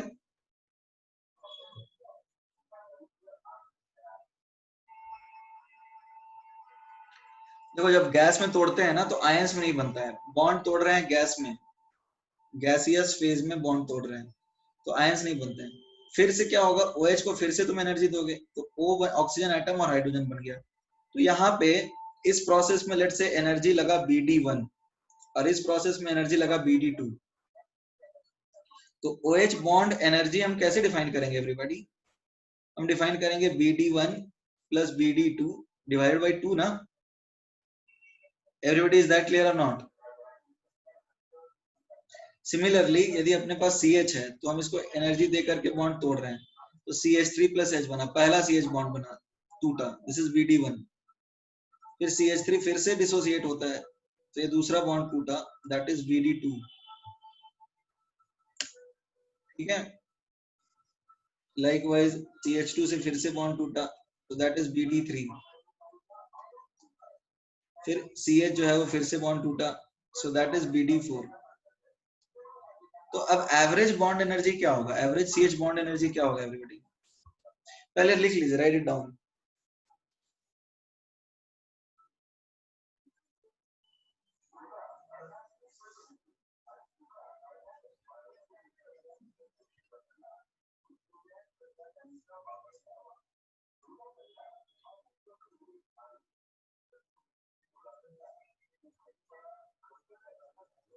तो एवरेज बॉन्ड एनर्जी क्या होगा?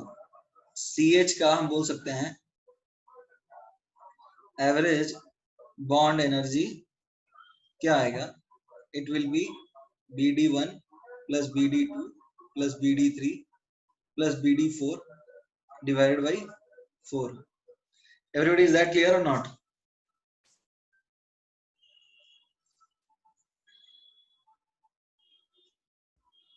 या एक तरह से ऐसे लिख सकते हो तुम, समेशन BDI 1 से लेकर के n तक अपॉन n।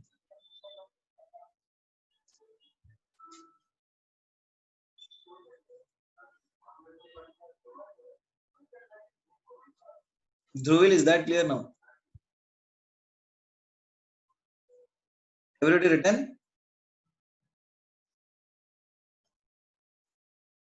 ओके, देखो अब एक क्वेश्चन है,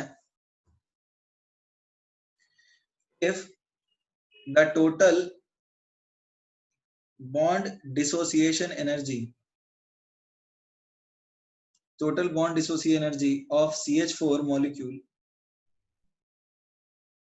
is, if the total bond dissociation energy of, scroll up, write down Sumit.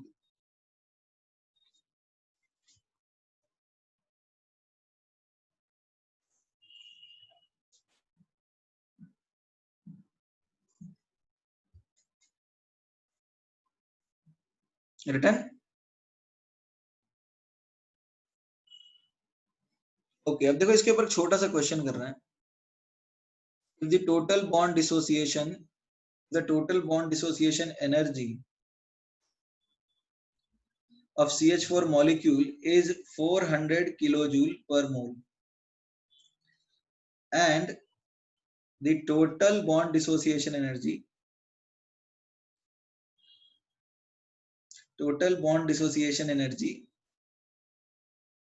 of C2H6 molecule is 650 kilojoule per mole. Then calculate CC bond energy, carbon-carbon bond energy. Every question समझ में आया? CH4 का total bond dissociation energy का मतलब 4 hydrogen में तोड़ देंगे इसको, C2H6 के टोटल बॉन्ड डिसोसिएशन की एनर्जी का मतलब इस तरह से तोड़ेंगे, तो इस प्रोसेस में 400 किलो जूल लगता है और इस प्रोसेस में 600 किलो जूल लगता है। ठीक है, C2H6 का स्ट्रक्चर कुछ इस तरह का होता है, आपको ये पता ही होगा, और CH4 तो मीथेन है। श्रेयस 250 नहीं आएगा,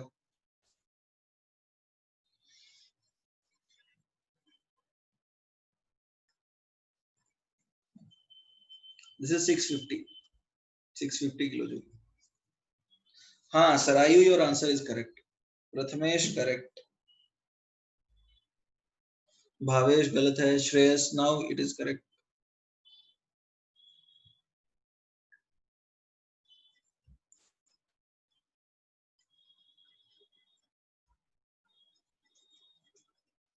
ओके, बाकी लोग ट्राई कीजिए।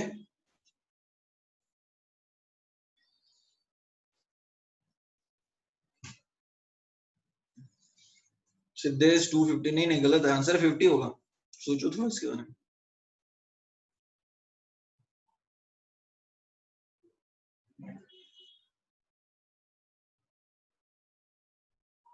नहीं नहीं आर्यन गलत है।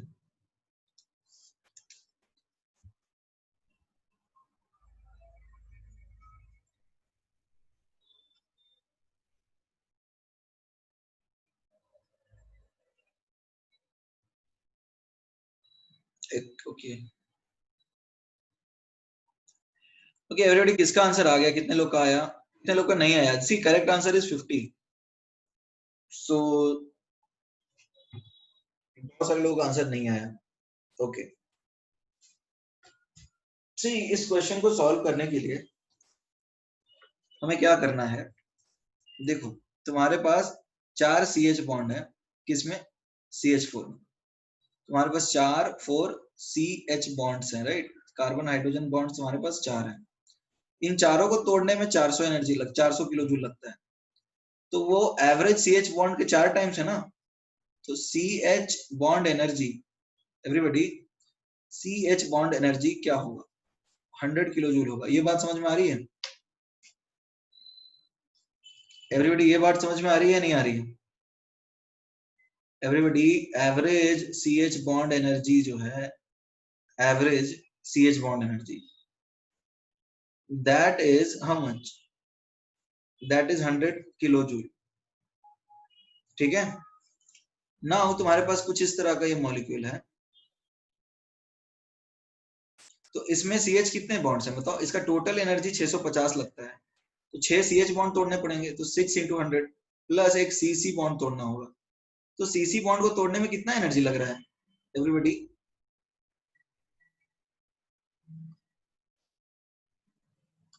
50 kilo joule per mole. Is that clear और नॉट?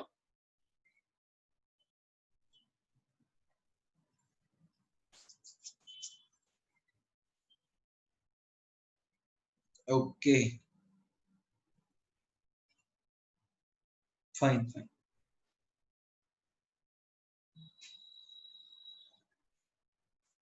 एवरीबॉडी डन और नॉट? किसी को डाउट है इसमें? श्रेयस सिंधे नहीं समझे, क्या डाउट है श्रेयस बताओ?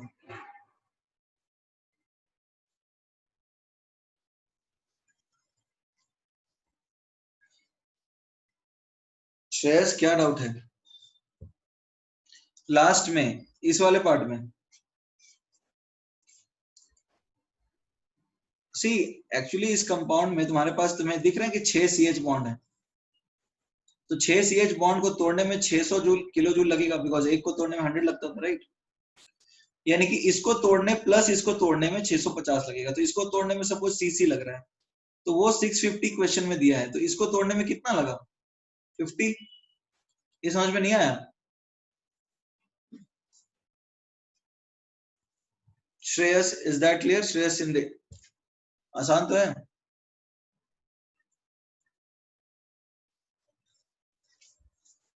ओके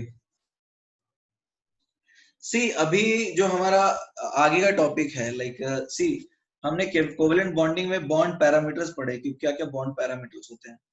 तो कोवेलेंट बॉन्डिंग स्टार्ट करने से पहले ना हमें स्ट्रक्चर्स लिखने आने चाहिए। सो हमें क्या करना होगा, कोवेलेंट कंपाउंड्स में ना स्ट्रक्चर्स लिखना होगा पहले। Rules to draw structure of covalent compounds. पहले हम स्ट्रक्चर पता करेंगे, उसके बाद देखेंगे ना कि ये समझ में आ रहा है नहीं आ रहा? एवरीबॉडी यदि तुम्हें पता करना है कि किसी कंपाउंड में बॉन्डिंग कैसे है और कहाँ कैसे बॉन्ड हो रहा है, तो तुम्हें पहले तो ये पता होना चाहिए ना कि बॉन्ड कितने हैं, बॉन्डिंग कैसे हुई, कितनी हुई, कैसी हुई, तो बात की बात है।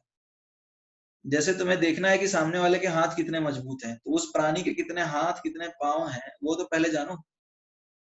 Is that clear? तो पहले यदि हम कोवेलेंट कंपाउंड को पढ़ने वाले हैं, so see before we actually move into this topic and start studying covalent compounds and their bonding, we need to know how to draw their structures, we need to know how what is their name। तो पहले हम क्या करेंगे, कुछ नामकरण के rule सीखेंगे, structure बनाने के रूल सीखेंगे, ठीक है? Everybody is that clear? Everybody is that clear और नॉट? ओके, तो अब जरा समझते हैं, जैसे तुम्हारे पास कोई कोवेलेंट कंपाउंड होता है, जैसे मान लो H2SO4, तो तुम्हारे पास एक कोवेलेंट कंपाउंड होता है, इसमें दो चीजें होती हैं, एक को बोलते हैं सेंट्रल एलिमेंट। सेंट्रल एलिमेंट किसको बोलते हैं बताओ? सेंट्रल एलिमेंट समझते हो किसको बोलते हैं? जैसे मान लो ये H2SO4 है, तो सल्फर ने सबको पकड़ के रखा है, तो बॉन्डिंग हुई ही इसकी वजह से है ना, तो ये सेंट्रल एलिमेंट है। एक तरह से ज्यादातर ग्रुप्स इसके आसपास जुड़े हुए हैं, तो ये हो गया सेंट्रल एलिमेंट, जिसके थ्रू सारे मॉलिक्यूल्स जुड़े हुए हैं और ये कंपाउंड बना। तो अब बताओ सेंट्रल एलिमेंट किसको बनाओगे? एवरीबॉडी, सेंट्रल एलिमेंट किसको बनाओगे? कुछ रूल होने चाहिए सेंट्रल एलिमेंट बनाने के लिए। एवरीबॉडी, सेंट्रल एलिमेंट कुछ बनाओगे?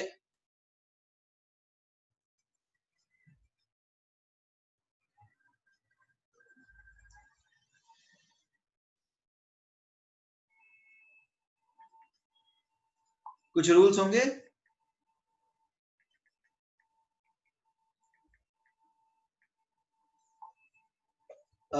क्या रूल होंगे?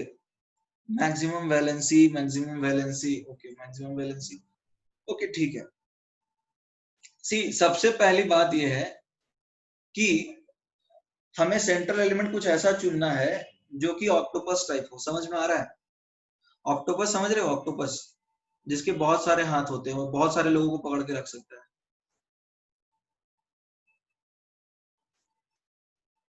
ठीक है, तो अब ऑक्टोपस टाइप का हमें प्राणी ढूंढना है जो कि बहुत सारे एलिमेंट्स को पकड़ के रखे। ठीक है ना, कि उससे क्या होगा कि ज्यादा से ज्यादा बॉन्ड बन सकते हैं और उस हिसाब से हमारा जो कंपाउंड है वो स्टेबल होगा। तो पहला एलिमेंट ये, पहला ये है कि it should have maximum valency, यानी कि हम ऐसा बोल सकते हैं कि maximum number of valence electrons और maximum number of valence electrons available for bonding. Everybody, ये बात समझ में आ रही है नहीं आ रही? एक कोवलेंट बॉन्ड बनाने के लिए ज्यादा से ज्यादा जो वैलेंसी दे सकता है उसको ही हम सेंट्रल एलिमेंट चूज करते हैं। एवरीबॉडी, इज दैट क्लियर और not?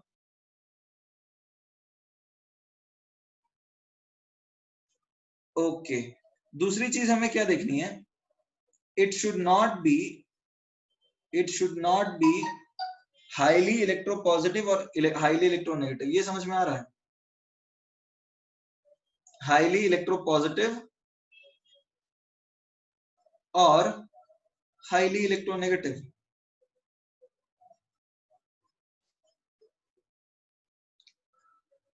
Everybody, is that clear?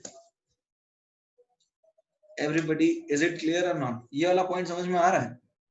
Bhavesh बोल रहा है कि why, Sarayu is saying no, Vedant says yes, Shreyas is asking why. Okay, अच्छा मान लो जैसे एक बच्चों की क्लास है जिसमें 40 बच्चे हैं, ठीक है ना? एक बच्चों की क्लास है जिसमें 40 बच्चे हैं, और तुम्हें क्या करना है, किसी ऐसे बच्चे को मॉनिटर बनाना है।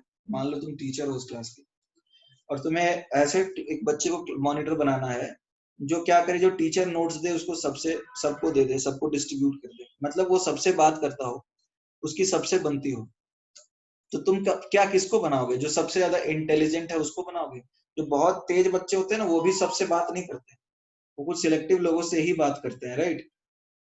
एवरीबॉडी, इज दैट क्लियर और नॉट? वो सबसे बात नहीं करते, वो कुछ सिलेक्टिव लोगों से ही बात करते हैं।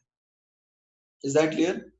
और जो सबसे पीछे बच्चे रहते हैं वो भी सबसे बात नहीं करते, वो भी कुछ सिलेक्टिव लोगों से ही बात करते हैं।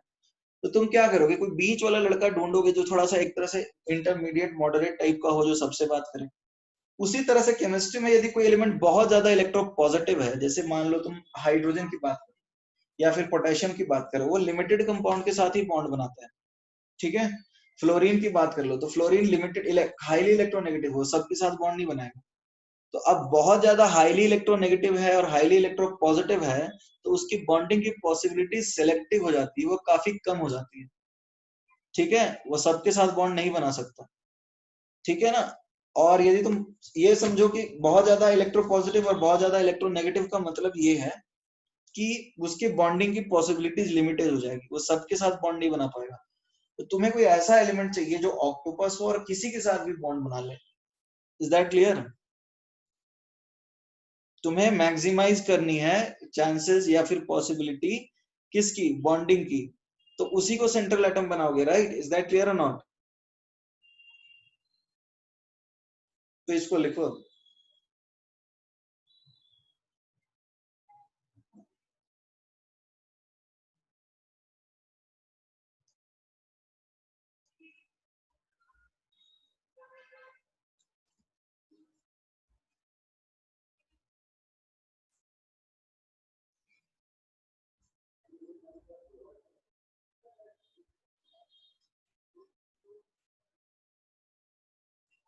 Everybody done?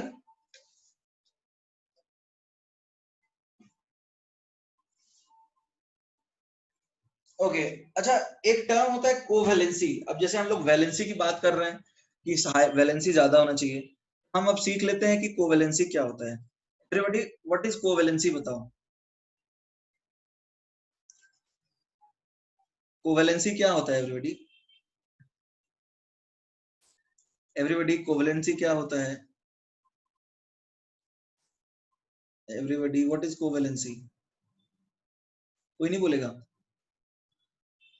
The number of covalent bonds that can be formed that can be formed by an element, उसको बोलेंगे ना, कोवलेंट बॉन्ड जितना बना सकता है उसी को बोलेंगे ना कोवैलेंसी। इज दैट क्लियर और नॉट? एवरीबॉडी, यस और नो? Okay, fine. तो अब देखो, यहाँ पे कोवैलेंसी की हम लोग बात कर रहे हैं। अब जरा देखते हैं कि क्या होता है। हाइड्रोजन की बात करते हैं, तो हाइड्रोजन के पास देखो क्या होता है, 1s होता है, एक ऑर्बिटल। तो हाइड्रोजन के पास एक ऑर्बिटल है, तो ये हाइड्रोजन एक बॉन्ड बनाता है। समझ में आ रहा है?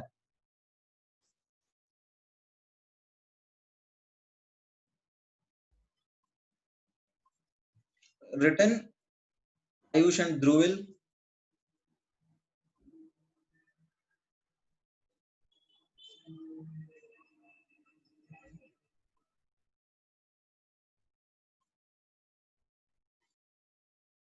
ओके, देखो हाइड्रोजन के पास एक हाफ फिल्ड ऑर्बिटल है, इसने एक बॉन्ड बनाया। ठीक है।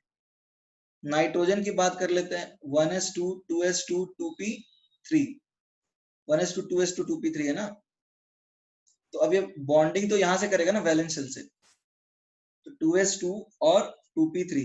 तो अब इसके तीन हाफ फील्ड है ना, ये समझ में आ रहा है, तीन हाफ फील्ड ऑर्बिटल है। तो नाइट्रोजन नॉर्मली तीन बॉन्ड बनाता है। ठीक है। अब हम बात करें ऑक्सीजन की, 1s2 2s2 2p4। तो अब 2s में दो और 2p में दो, तो इसके दो हाफ फील्ड ऑर्बिटल है। तो ऑक्सीजन नॉर्मली दो बॉन्ड बनाता है। ठीक है। अब जरा देखो फ्लोरीन की बात कर लेते हैं। Fluorine 1s2 2s2 2p5। तो देखो 2s2 और 2p5 वैलेंस शेल में है, तो हम उसको ही देखेंगे। तो अब एक हाफ फील्ड ऑर्बिटल है, तो नॉर्मली ये एक बॉन्ड बनाता है। तो तुम्हें कुछ समझ में आ रहा है कोवलेंट बॉन्ड कैसे बनता है? हम तो ऐसा बोल सकते हैं कि a covalent bond is formed through overlapping of half field orbitals. ये वाली बात समझ में आ रहा है? हाफ फील्ड ऑर्बिटल्स के ओवरलैपिंग से कोवलेंट बॉन्ड बनता है। एक इलेक्ट्रॉन ये देगा और एक इलेक्ट्रॉन वो देगा, तो बॉन्ड बनेगा शेयरिंग से। Is that clear? तो हाफ फील्ड ऑर्बिटल्स ओवरलैप करके बॉन्ड बनाते हैं। ये लिख लो फिर, कोवैलेंसी डिफाइन करना है हमें।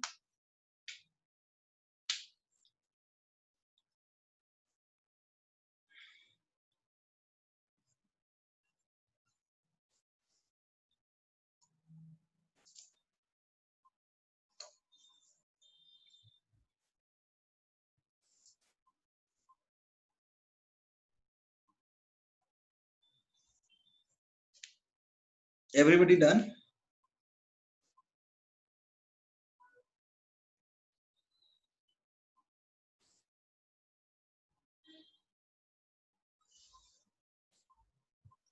Okay.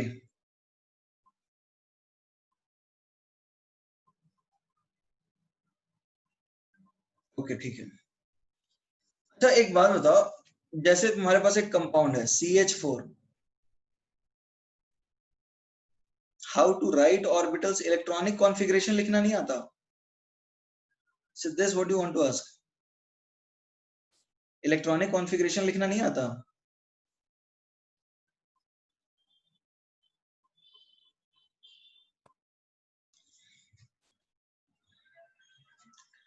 अब जैसे मिथेन ने यहाँ पे 4 बॉन्ड बनाए, इज दैट क्लियर? एवरीबॉडी, यहाँ पे 4 बॉन्ड बनाए हैं किसने? यहाँ पे कार्बन ने 4 बॉन्ड बनाए हैं। Everybody, is that clear?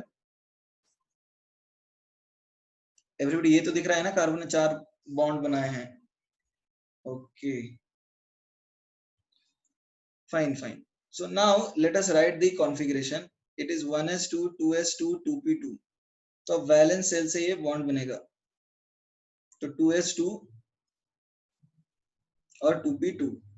तो अब तो देखो ये 2 ही बॉन्ड बना सकता है ना, दिस इज ग्राउंड स्टेट, अब तो ये 2 ही बॉन्ड बना सकता है। बट यदि हम इसको फर्स्ट एक्साइटेड स्टेट में भेज दे तो? एवरीबॉडी, फर्स्ट एक्साइटेड स्टेट में भेज दे तो ये भी वैलेंस शेल से अब इसने कितने बॉन्ड बना सकता है? ये 4 बॉन्ड बना सकता है। तो अभी देखो जरूरी नहीं है कि अब इसको 4 बॉन्ड बनाने थे तो इसने एक्साइट कर दिया, फर्स्ट एक्साइटेड स्टेट में भेज दिया। यहाँ पे GS क्या है? ग्राउंड स्टेट, और फर्स्ट एक्साइटेड स्टेट को मैंने लिखा है FES, फर्स्ट एक्साइटेड स्टेट। ठीक है, तो अब कार्बन 4 बॉन्ड बना सकता है ना एक्साइट करके। और देखो यहाँ पर bonding takes place from the valence shell, ये तो सबको पता है ना, bonding takes place from the valence shell.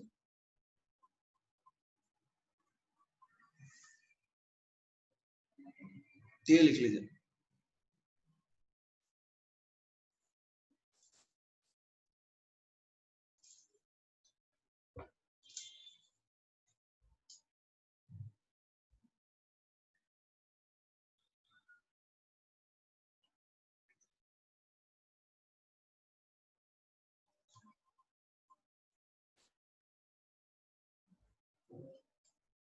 Okay,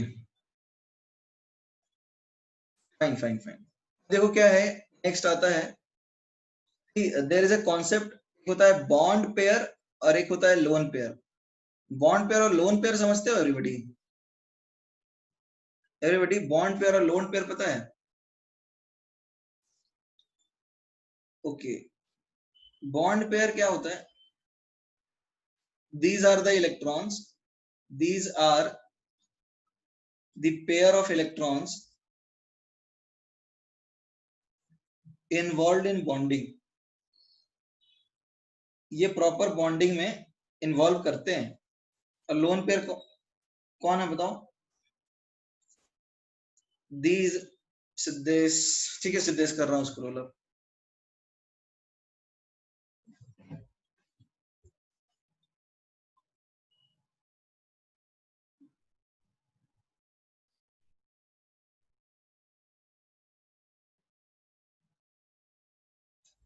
Siddhesh return.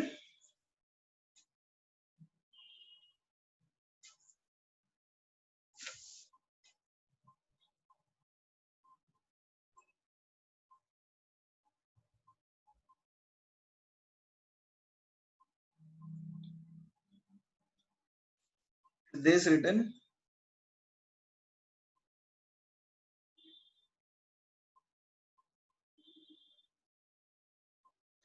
just write in the chat box when you are done।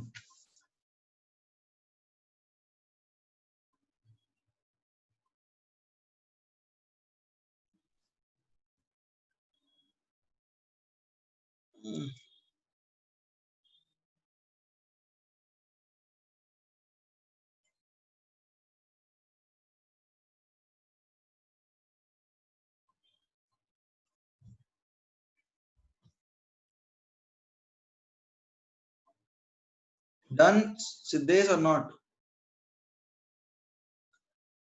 Let me change the page.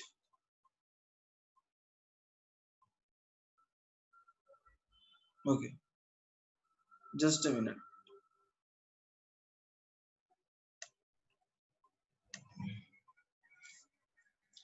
सी हम बात कर रहे थे बॉन्ड पेयर की। ये डेफिनेशन लिख लिया था सबने बॉन्ड पेयर और लोन पेयर का? Everybody, bond pair lone pair का डेफिनेशन तो लिख लिया था ना? ओके ठीक है। Pair of electrons involve in bonding, that is sharing of electrons, and these are the pair of electrons which do not involve in bonding.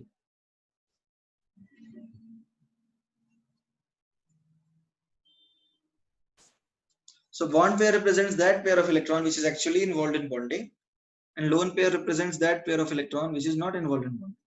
ठीक है, तो इसको bond pair और lone pair बोलते हैं. Write it down then.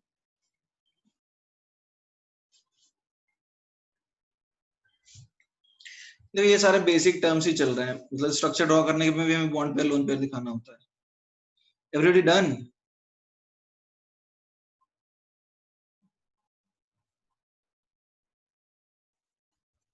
Okay, moving ahead.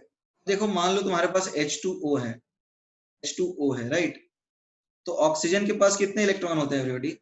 1s2, 2s2, 2p4, 6 होते हैं ना? तो अब जिसका कॉन्फ़िगरेशन देखें हम, तो ग्राउंड स्टेट कॉन्फ़िगरेशन जो है ऑक्सीजन का 2s2, 2p4, तो ये इलेक्ट्रॉन शेयरिंग हो जाएगा, ये जाएगा बॉन्ड पेयर में. हाइड्रोजन का एक आ जाएगा यहाँ पे electron additional. Is that clear? और ये दोनों कहाँ जाएंगे एवरीबॉडी? लोन पेयर में जाएंगे. तो हम लोन पेयर ऐसे दिखा देते हैं कि ऑक्सीजन के ऊपर 2 लोन पेयर है.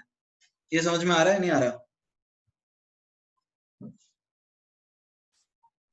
ओके, तो राइट इट डाउन एवरीवन, लिख लो इसको भी. तो इस केस में अपने पास बॉन्ड पेयर 2 और लोन पेयर 2 है.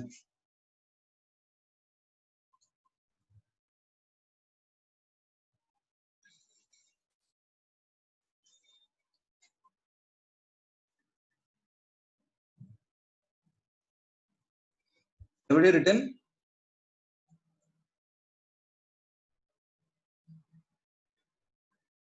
Everybody written or not? Okay, देखो हम ये जो कोवलेंट बॉन्डिंग में बेसिक चीजें होती हैं उनको ही कवर कर रहे हैं. ठीक है,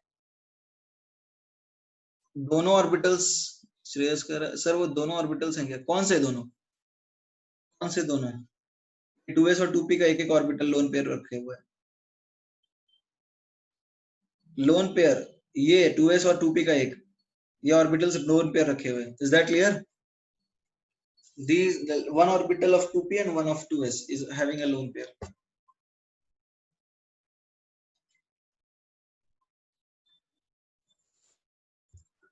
Okay. देखो let us talk about NH3. Let us talk about NH3. See,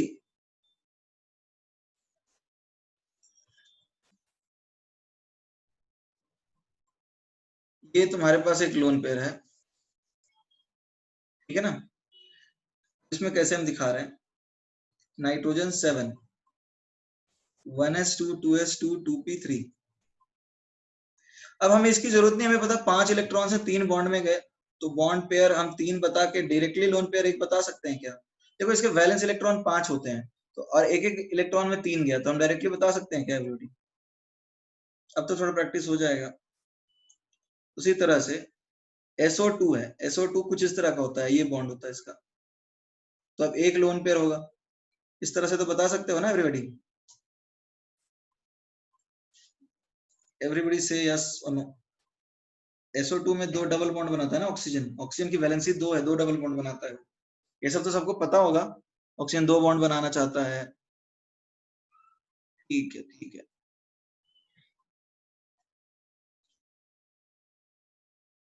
okay, ठीक है, अब हम बात करते हैं कोऑर्डिनेट बॉन्ड की। कोऑर्डिनेट बॉन्ड या फिर इसको बोलते हैं डेटिव बॉन्ड, ये नाम सुना है everybody? Everybody have you heard the name coordinate और डेटिव बॉन्ड?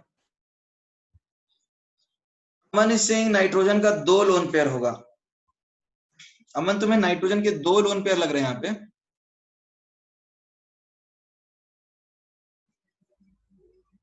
कौन से कंपाउंड में 2 लग रहे हैं अमन? कौन से कंपाउंड में 2 लोन पेयर लग रहे हैं तुम्हें? NH3, ओके ठीक है। नाइट्रोजन के वैलेंस में शेल में कितने इलेक्ट्रॉन्स होते हैं? नाइट्रोजन के वैलेंस शेल में कितने इलेक्ट्रॉन्स होते हैं अमन? तुम ऐसे पुराने स्टाइल में भी लिखोगे तो वैलेंस शेल में 7 इलेक्ट्रॉन होते हैं। एवरीबॉडी, नाइट्रोजन के वैलेंस शेल में 7 इलेक्ट्रॉन होते हैं क्या? 5 होते हैं, 7 टोटल, तो वैलेंस शेल से ही रिएक्ट करता है ना सिर्फ।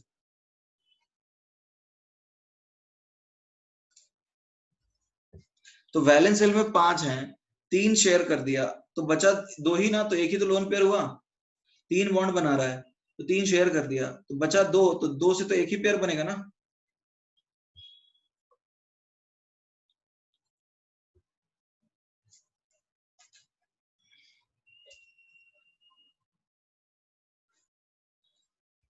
Okay, let us come down to coordinate or dating bond. Odd electron compound में लोन पेयर नहीं रहते, वहां तो ऑड इलेक्ट्रॉन तुम बोल ही रहे हो भावेश, वहां कोई पेयर नहीं है। ठीक है, रुक जाओ अभी उसके लिए। अभी हम लोग इंट्रोडक्शन कर रहे हैं छोटे छोटे बेसिक टर्म्स का कि बैलेंसी क्या होता है, फिर ये इंट्रोडक्शन करके फिर हम स्ट्रक्चर बनाएंगे, क्योंकि हम स्ट्रक्चर में भी कोऑर्डिनेट बॉन्ड दिखाएंगे कहीं पे। तो हम बेसिक चीजें सीख रहे हैं कि बॉन्ड पेयर क्या होता है, लोन पेयर क्या होता है, वैलेंसी क्या होता है, कोऑर्डिनेट बॉन्ड क्या होता है। ठीक है, तो कोऑर्डिनेट बॉन्ड क्या है? It is a bond which is formed through overlapping of fully filled and vacant orbitals। ये समझ में आ रहा है? देखो कुछ कंपाउंड्स होते हैं जैसे BF3, BF3 देख लो। BF3 की हम यदि बात करें, यहाँ बोरॉन सेंट्रल एलिमेंट है, बोरॉन का configuration 1s2 2s2 2p1, ground state में 2s2 2p1 एक ही बॉन्ड बना सकता है। फर्स्ट एक्साइटेड स्टेट में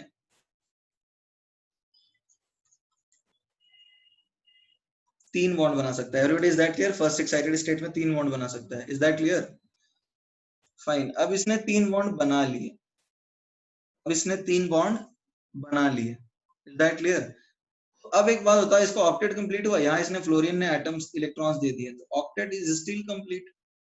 हम ऐसा बोल सकते हैं, ऑक्टेट इज स्टिल इनकम्प्लीट, अभी भी ऑक्टेट पूरा तो नहीं है।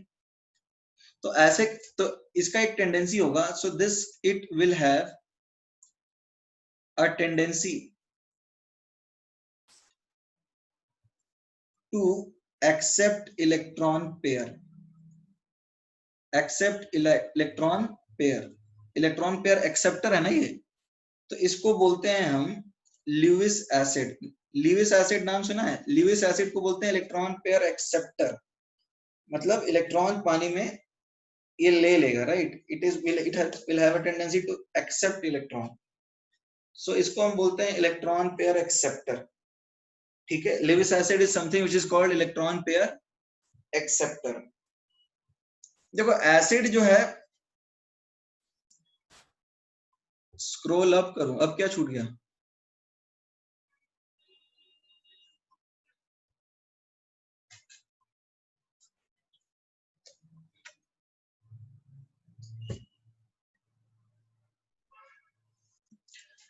Electron pair acceptor lone pair होगी। इलेक्ट्रॉन पेयर कहां से आएगी? Will see that written.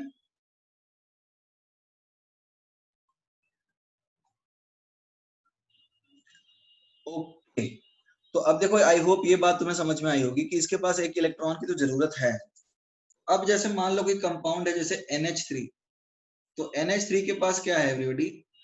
NH3 के पास है एक लोन पेयर, ठीक है, और BF3 के पास एक वेकेंट ऑर्बिटल है। तो ये यदि इसको इलेक्ट्रॉन दे दे तो क्या होगा? यहाँ फुल्ली फिल्ड ऑर्बिटल जो है, फुल्ली फिल्ड ऑर्बिटल ओवरलैप करेगा किसके साथ एवरीबॉडी? ओवरलैप करेगा वेकेंट ऑर्बिटल के साथ। किसका? बोरॉन का। और ये किसका? नाइट्रोजन का। तो इस तरह के ओवरलैप से इसका ऑक्टेट तो कंप्लीट रहेगा ही। यहाँ पे बात ये है कि ये बॉन्ड में दोनों इलेक्ट्रॉन देते हैं, दोनों इलेक्ट्रॉन यही दे रहा है। Is that clear? तो इसलिए इसको ऐसे लिखते हैं, इस तरह से। है तो ये भी एक कोवलेंट बॉन्ड, इसमें दोनों इलेक्ट्रॉन नाइट्रोजन ही दे रहा है। तो इसमें क्या हो रहा है, ये फुल्ली फिल्ड ऑर्बिटल जो है वो इसके वेकेंट ऑर्बिटल में इलेक्ट्रॉन डोनेट कर रहा है। Is that clear? इसका ऑक्टेट कंप्लीट है, बट ये इसके सामने आया, ठीक है ना। और इसका इलेक्ट्रॉन यदि ये दे देता है तो इसका ऑक्टेट, देखो होता क्या है शेयरिंग, मतलब जैसे नॉर्मल शेयरिंग क्या है कि सपोज तुम्हें एक बुक खरीदनी है 400 रुपए की, तो दो बच्चों ने 200 रुपए कॉन्ट्रीब्यूट किया, तो वो शेयरिंग है, इक्वली दोनों ने शेयर किया, मतलब आधा पैसा उसने दिया, आधा पैसा ऐसे, तो एक बच्चे ने दिया। ऐसा भी हो सकता है कि एक ही बच्चा 400 रुपए दे दे और फिर भी उसको यूज करने के लिए दे, ठीक है, उस पर थोड़ा दया करके, बिकॉज उसको पैसे की जरूरत है। लाइकवाइज तो यहाँ पे क्या हो रहा है, NH3 का ऑक्टेट अभी भी कंप्लीट है, उसको दिक्कत नहीं हो रही है, और BF3 का भी ऑक्टेट कंप्लीट हो गया, तो इससे मॉलिक्यूल ज्यादा स्टेबलाइज हो गया ना, NH3 और BF3 दोनों स्टेबलाइज हो गए। तो इस तरह की बॉन्डिंग को हम लोग क्या बोलते हैं एवरीबॉडी? इस तरह की बॉन्डिंग को हम लोग क्या बोलते हैं?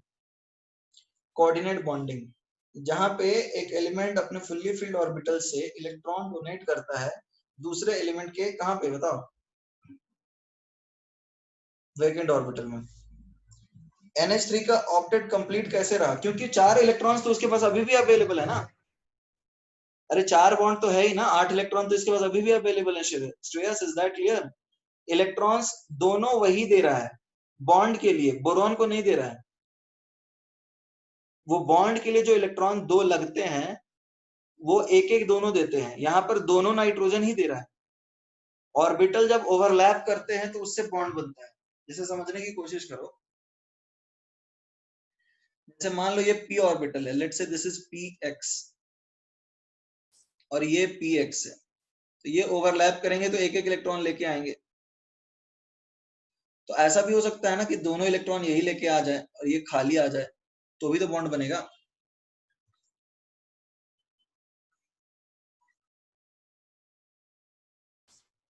तो दोनों एक एक लेके आए तो ये नॉर्मल बॉन्ड है।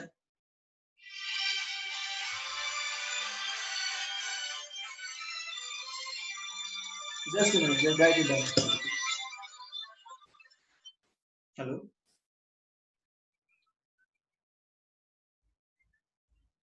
या tell me.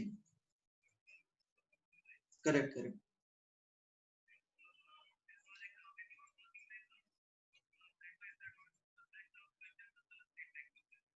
Okay fine.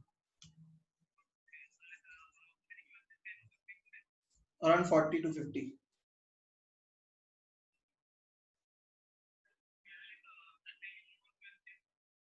Like I'll need to look at it, then I'll be able to get back to you. Yeah, sure.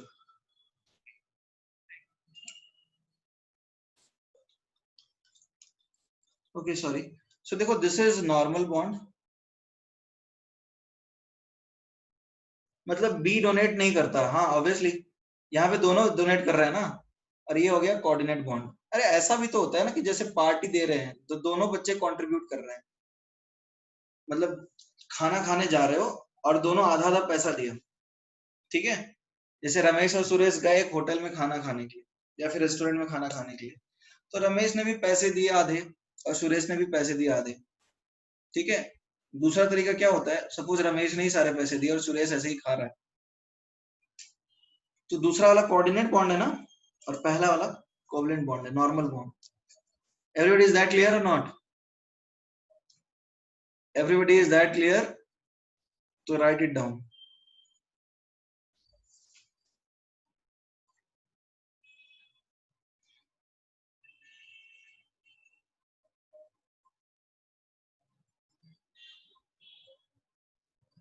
Everybody written?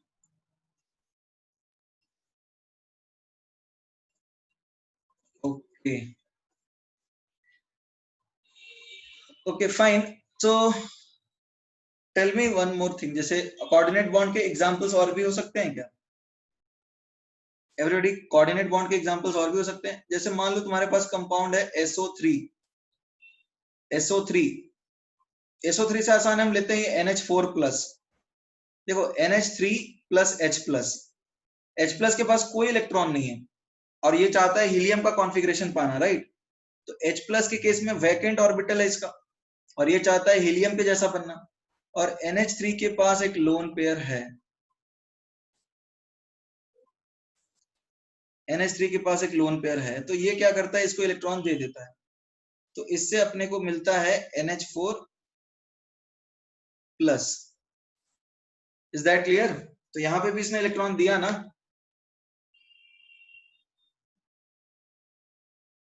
इसने इलेक्ट्रॉन दिया, अपना लोन पेयर दे दिया किसको? H+ को. तो ये भी कोऑर्डिनेट बॉन्ड है.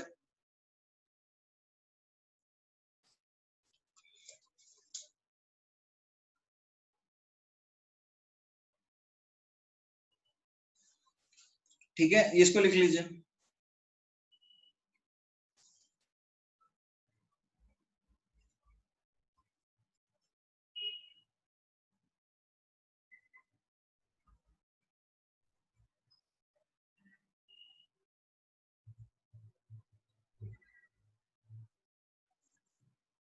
Written everyone?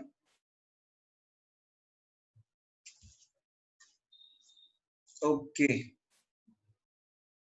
और भी एग्जांपल्स हो सकते हैं, जैसे SO3 सल्फर ट्राइऑक्साइड. देखो सल्फर का एक डबल बॉन्ड बनाने के बाद ऑक्टेट कंप्लीट हो जाता है, बट इसके पास इलेक्ट्रॉन तो रहते हैं ना. हाँ, H3O+ भी है. I understood Bhavesh. जैसे देखो सल्फर के पास क्या है, 1s2 2s2 2p6 3s2 3p6. तो मैं इसमें 3p4, इसमें कंफ्यूजन होता है तो तुम ऐसे भी लिख सकते हो 2 8 6. नहीं, ये ल्यूइस एसिड नहीं है ये. बट देखो यहाँ पे क्या है, सल्फर 2 बॉन्ड बनाया, इसका ऑक्टेट कंप्लीट, तो इसके अभी भी 4 इलेक्ट्रॉन बचे हुए हैं. ठीक है, तो ये डोनेट कर देता है, तो कोऑर्डिनेट की तरह दिखा सकते हैं ना. एवरीबॉडी कोऑर्डिनेट की तरह दिखा सकते हैं. ओके. सिमिलरली H3O+ होता है. H2O के पास 2 लोन पेयर है और H+ के पास कुछ भी नहीं है, तो ये भी इसको इलेक्ट्रॉन दे सकता है. तो ये बन जाएगा H3O+. ये प्लस चार्ज इसके ऊपर आ जाएगा एक लोन पेयर के साथ. तो यहां भी एक कोऑर्डिनेट बॉन्ड है. टोटल चार्ज +4 रहेगा. कैसे, किसमें बोल रहे हो भावेश? टोटल चार्ज +4 किसमें? SO3 में कोई चार्ज नहीं होता है. वो कोऑर्डिनेट बॉन्ड में चार्जेस डेवलप थोड़ी होते हैं, वो तो इलेक्ट्रॉन अभी भी शेयर ही हो रहा है. Coordinate bond is a kind of covalent bond everybody. यहाँ कोई इलेक्ट्रॉन ट्रांसफर नहीं होता. अरे वो जैसे किताब वाला एग्जांपल, उसने उसको किताब शेयर किया है, मतलब तू वो भी पढ़ सकता है, किताब उसको दिया नहीं है completely. Is that clear? O के पास वैकेंट ऑर्बिटल की क्या जरूरत है, वो तो इलेक्ट्रॉन दे रहा है ना. हाइड्रोजन के पास वैकेंट ऑर्बिटल है. अरे O के पास देखो SO3 में 2-3 तरीके से समझाते हैं. SO3 में 2-3 तरीके से समझाते हैं. सी SO3 में क्या दिखाते हैं हम कि सल्फर का देखो कॉन्फ़िगरेशन क्या है, 1s2 2s2 2p6 3s2 3p4. Now if I am talking about the valence shell, तो देखो क्या है, 3s है, इसके पास 3p भी है, इसके पास तो 3d भी है. Is that clear everybody? Sulphur के पास तो 3d भी है ना. सल्फर के पास तो 3d भी है. हम या तो इसको कोऑर्डिनेट बॉन्ड दिखाए, देखो हम ऐसा दिखा सकते हैं क्या सल्फर को, हम सल्फर को ये भी दिखा सकते हैं, हम इसको 6 बॉन्ड बनाते हुए भी दिखा सकते हैं. कैसे? 3s2 3p4 होता है, तो ये तो 6 बॉन्ड ऐसे भी सिंगल बना सकता है. तुम इसको एक्साइट कर दो ना, तुम इसको एक्साइट कर दो यहां से भी और यहां से भी और भेज दो 3d में, तो 6 हाफ फील्ड ऑर्बिटल जनरेट हो सकते हैं इसके केस में. Everybody 6 half filled orbital generate हो गए ना, देख लो, एक यहाँ पे और 3 यहाँ और 2 यहाँ। तो हम इसको ऐसे भी दिखा सकते हैं, ये स्टैंडर्ड मेथड है। और दूसरा तरीका हम ये बता सकते हैं कि ऑक्सीजन ने इलेक्ट्रॉन ले लिया। तो सल्फर क्या है, sulphur can expand it's octet. Sulphur के पास 3d ऑर्बिटल होता है, देखो सल्फर के पास 3d ऑर्बिटल होता है, तो that is why it can, देखो अब बात करते हैं हम लोग सल्फर की। देखो सल्फर हो गया, क्लोरीन हो गया, फास्फोरस हो गया, इनके पास होता है वेकेंट 3d, इनके पास 3d खाली होता है, इनके पास 3d खाली होता है, देयरफॉर, और वो therefore the electron can be promoted, the electron can be promoted to 3d, ठीक है, for forming bonds। तो ये प्रॉपर कोवलेंट बॉन्ड की तरह भी हम इसको दिखा सकते हैं कि यहाँ पे इलेक्ट्रॉन शेयरिंग हो रहा है इस तरह से, यहाँ से ऑक्सीजन के एटम्स आ रहे हैं, तो इसीलिए 6 बॉन्ड बने, ऐसे भी बता सकते हैं। Is that clear everybody? या देखो ये पुराना स्टाइल है कि इसको ऐसे भी दिखा देते, बट हाँ ये उतना एप्रोप्रिएट नहीं है, ये ओल्ड स्टाइल है, ये पुराना स्टाइल है, अब यूज नहीं होता ये। न्यू स्टाइल ये है, this is new style, NCERT का भी स्टाइल यही है। इसको हम कोवलेंट बॉन्ड की तरह ही दिखाते हैं, जहां पे ये 3d ऑर्बिटल जो खाली है ना, उसमें एक्साइट करके इसे नॉर्मल कोवलेंट बॉन्ड की तरह दिखाते हैं। ठीक है एवरीबॉडी, तो आज के क्लास में हम लोग इतना ही करेंगे, किसी को डाउट है तो पूछ सकते हो। नहीं वो सराई वो पुराना कॉन्सेप्ट था, वो एक्सेप्ट करता है पुराने कॉन्सेप्ट से। यहाँ पर तो ऑक्सीजन 2 बॉन्ड बना रहा है हाफ फील्ड ऑर्बिटल, नए कॉन्सेप्ट से, बताया ना मैंने, समझ में आया सरायू? नए कॉन्सेप्ट में तो यही बता रहा हूं ना, कि जो 2 हाफ फील्ड ऑर्बिटल हैं उसमें उसके थ्रू वो बॉन्ड बनाएगा। H3O को प्लस कैसे, H3O को प्लस इसलिए क्योंकि ये H2O न्यूट्रल है और ये H प्लस है, तो ओवरऑल तो H3O प्लस ही होगा ना, क्योंकि एक प्लस चार्ज तो इसके ऊपर आएगा। इज दैट क्लियर सुमति? अरे ये प्लस है, ये न्यूट्रल था, तो ओवरऑल तो प्लस आएगा ही ना इसके ऊपर। ओके देखो हमारा सैटरडे को डिस्कशन है पीरियोडिक टेबल का, I hope you are solving questions, right? Okay और किसी को कोई डाउट है?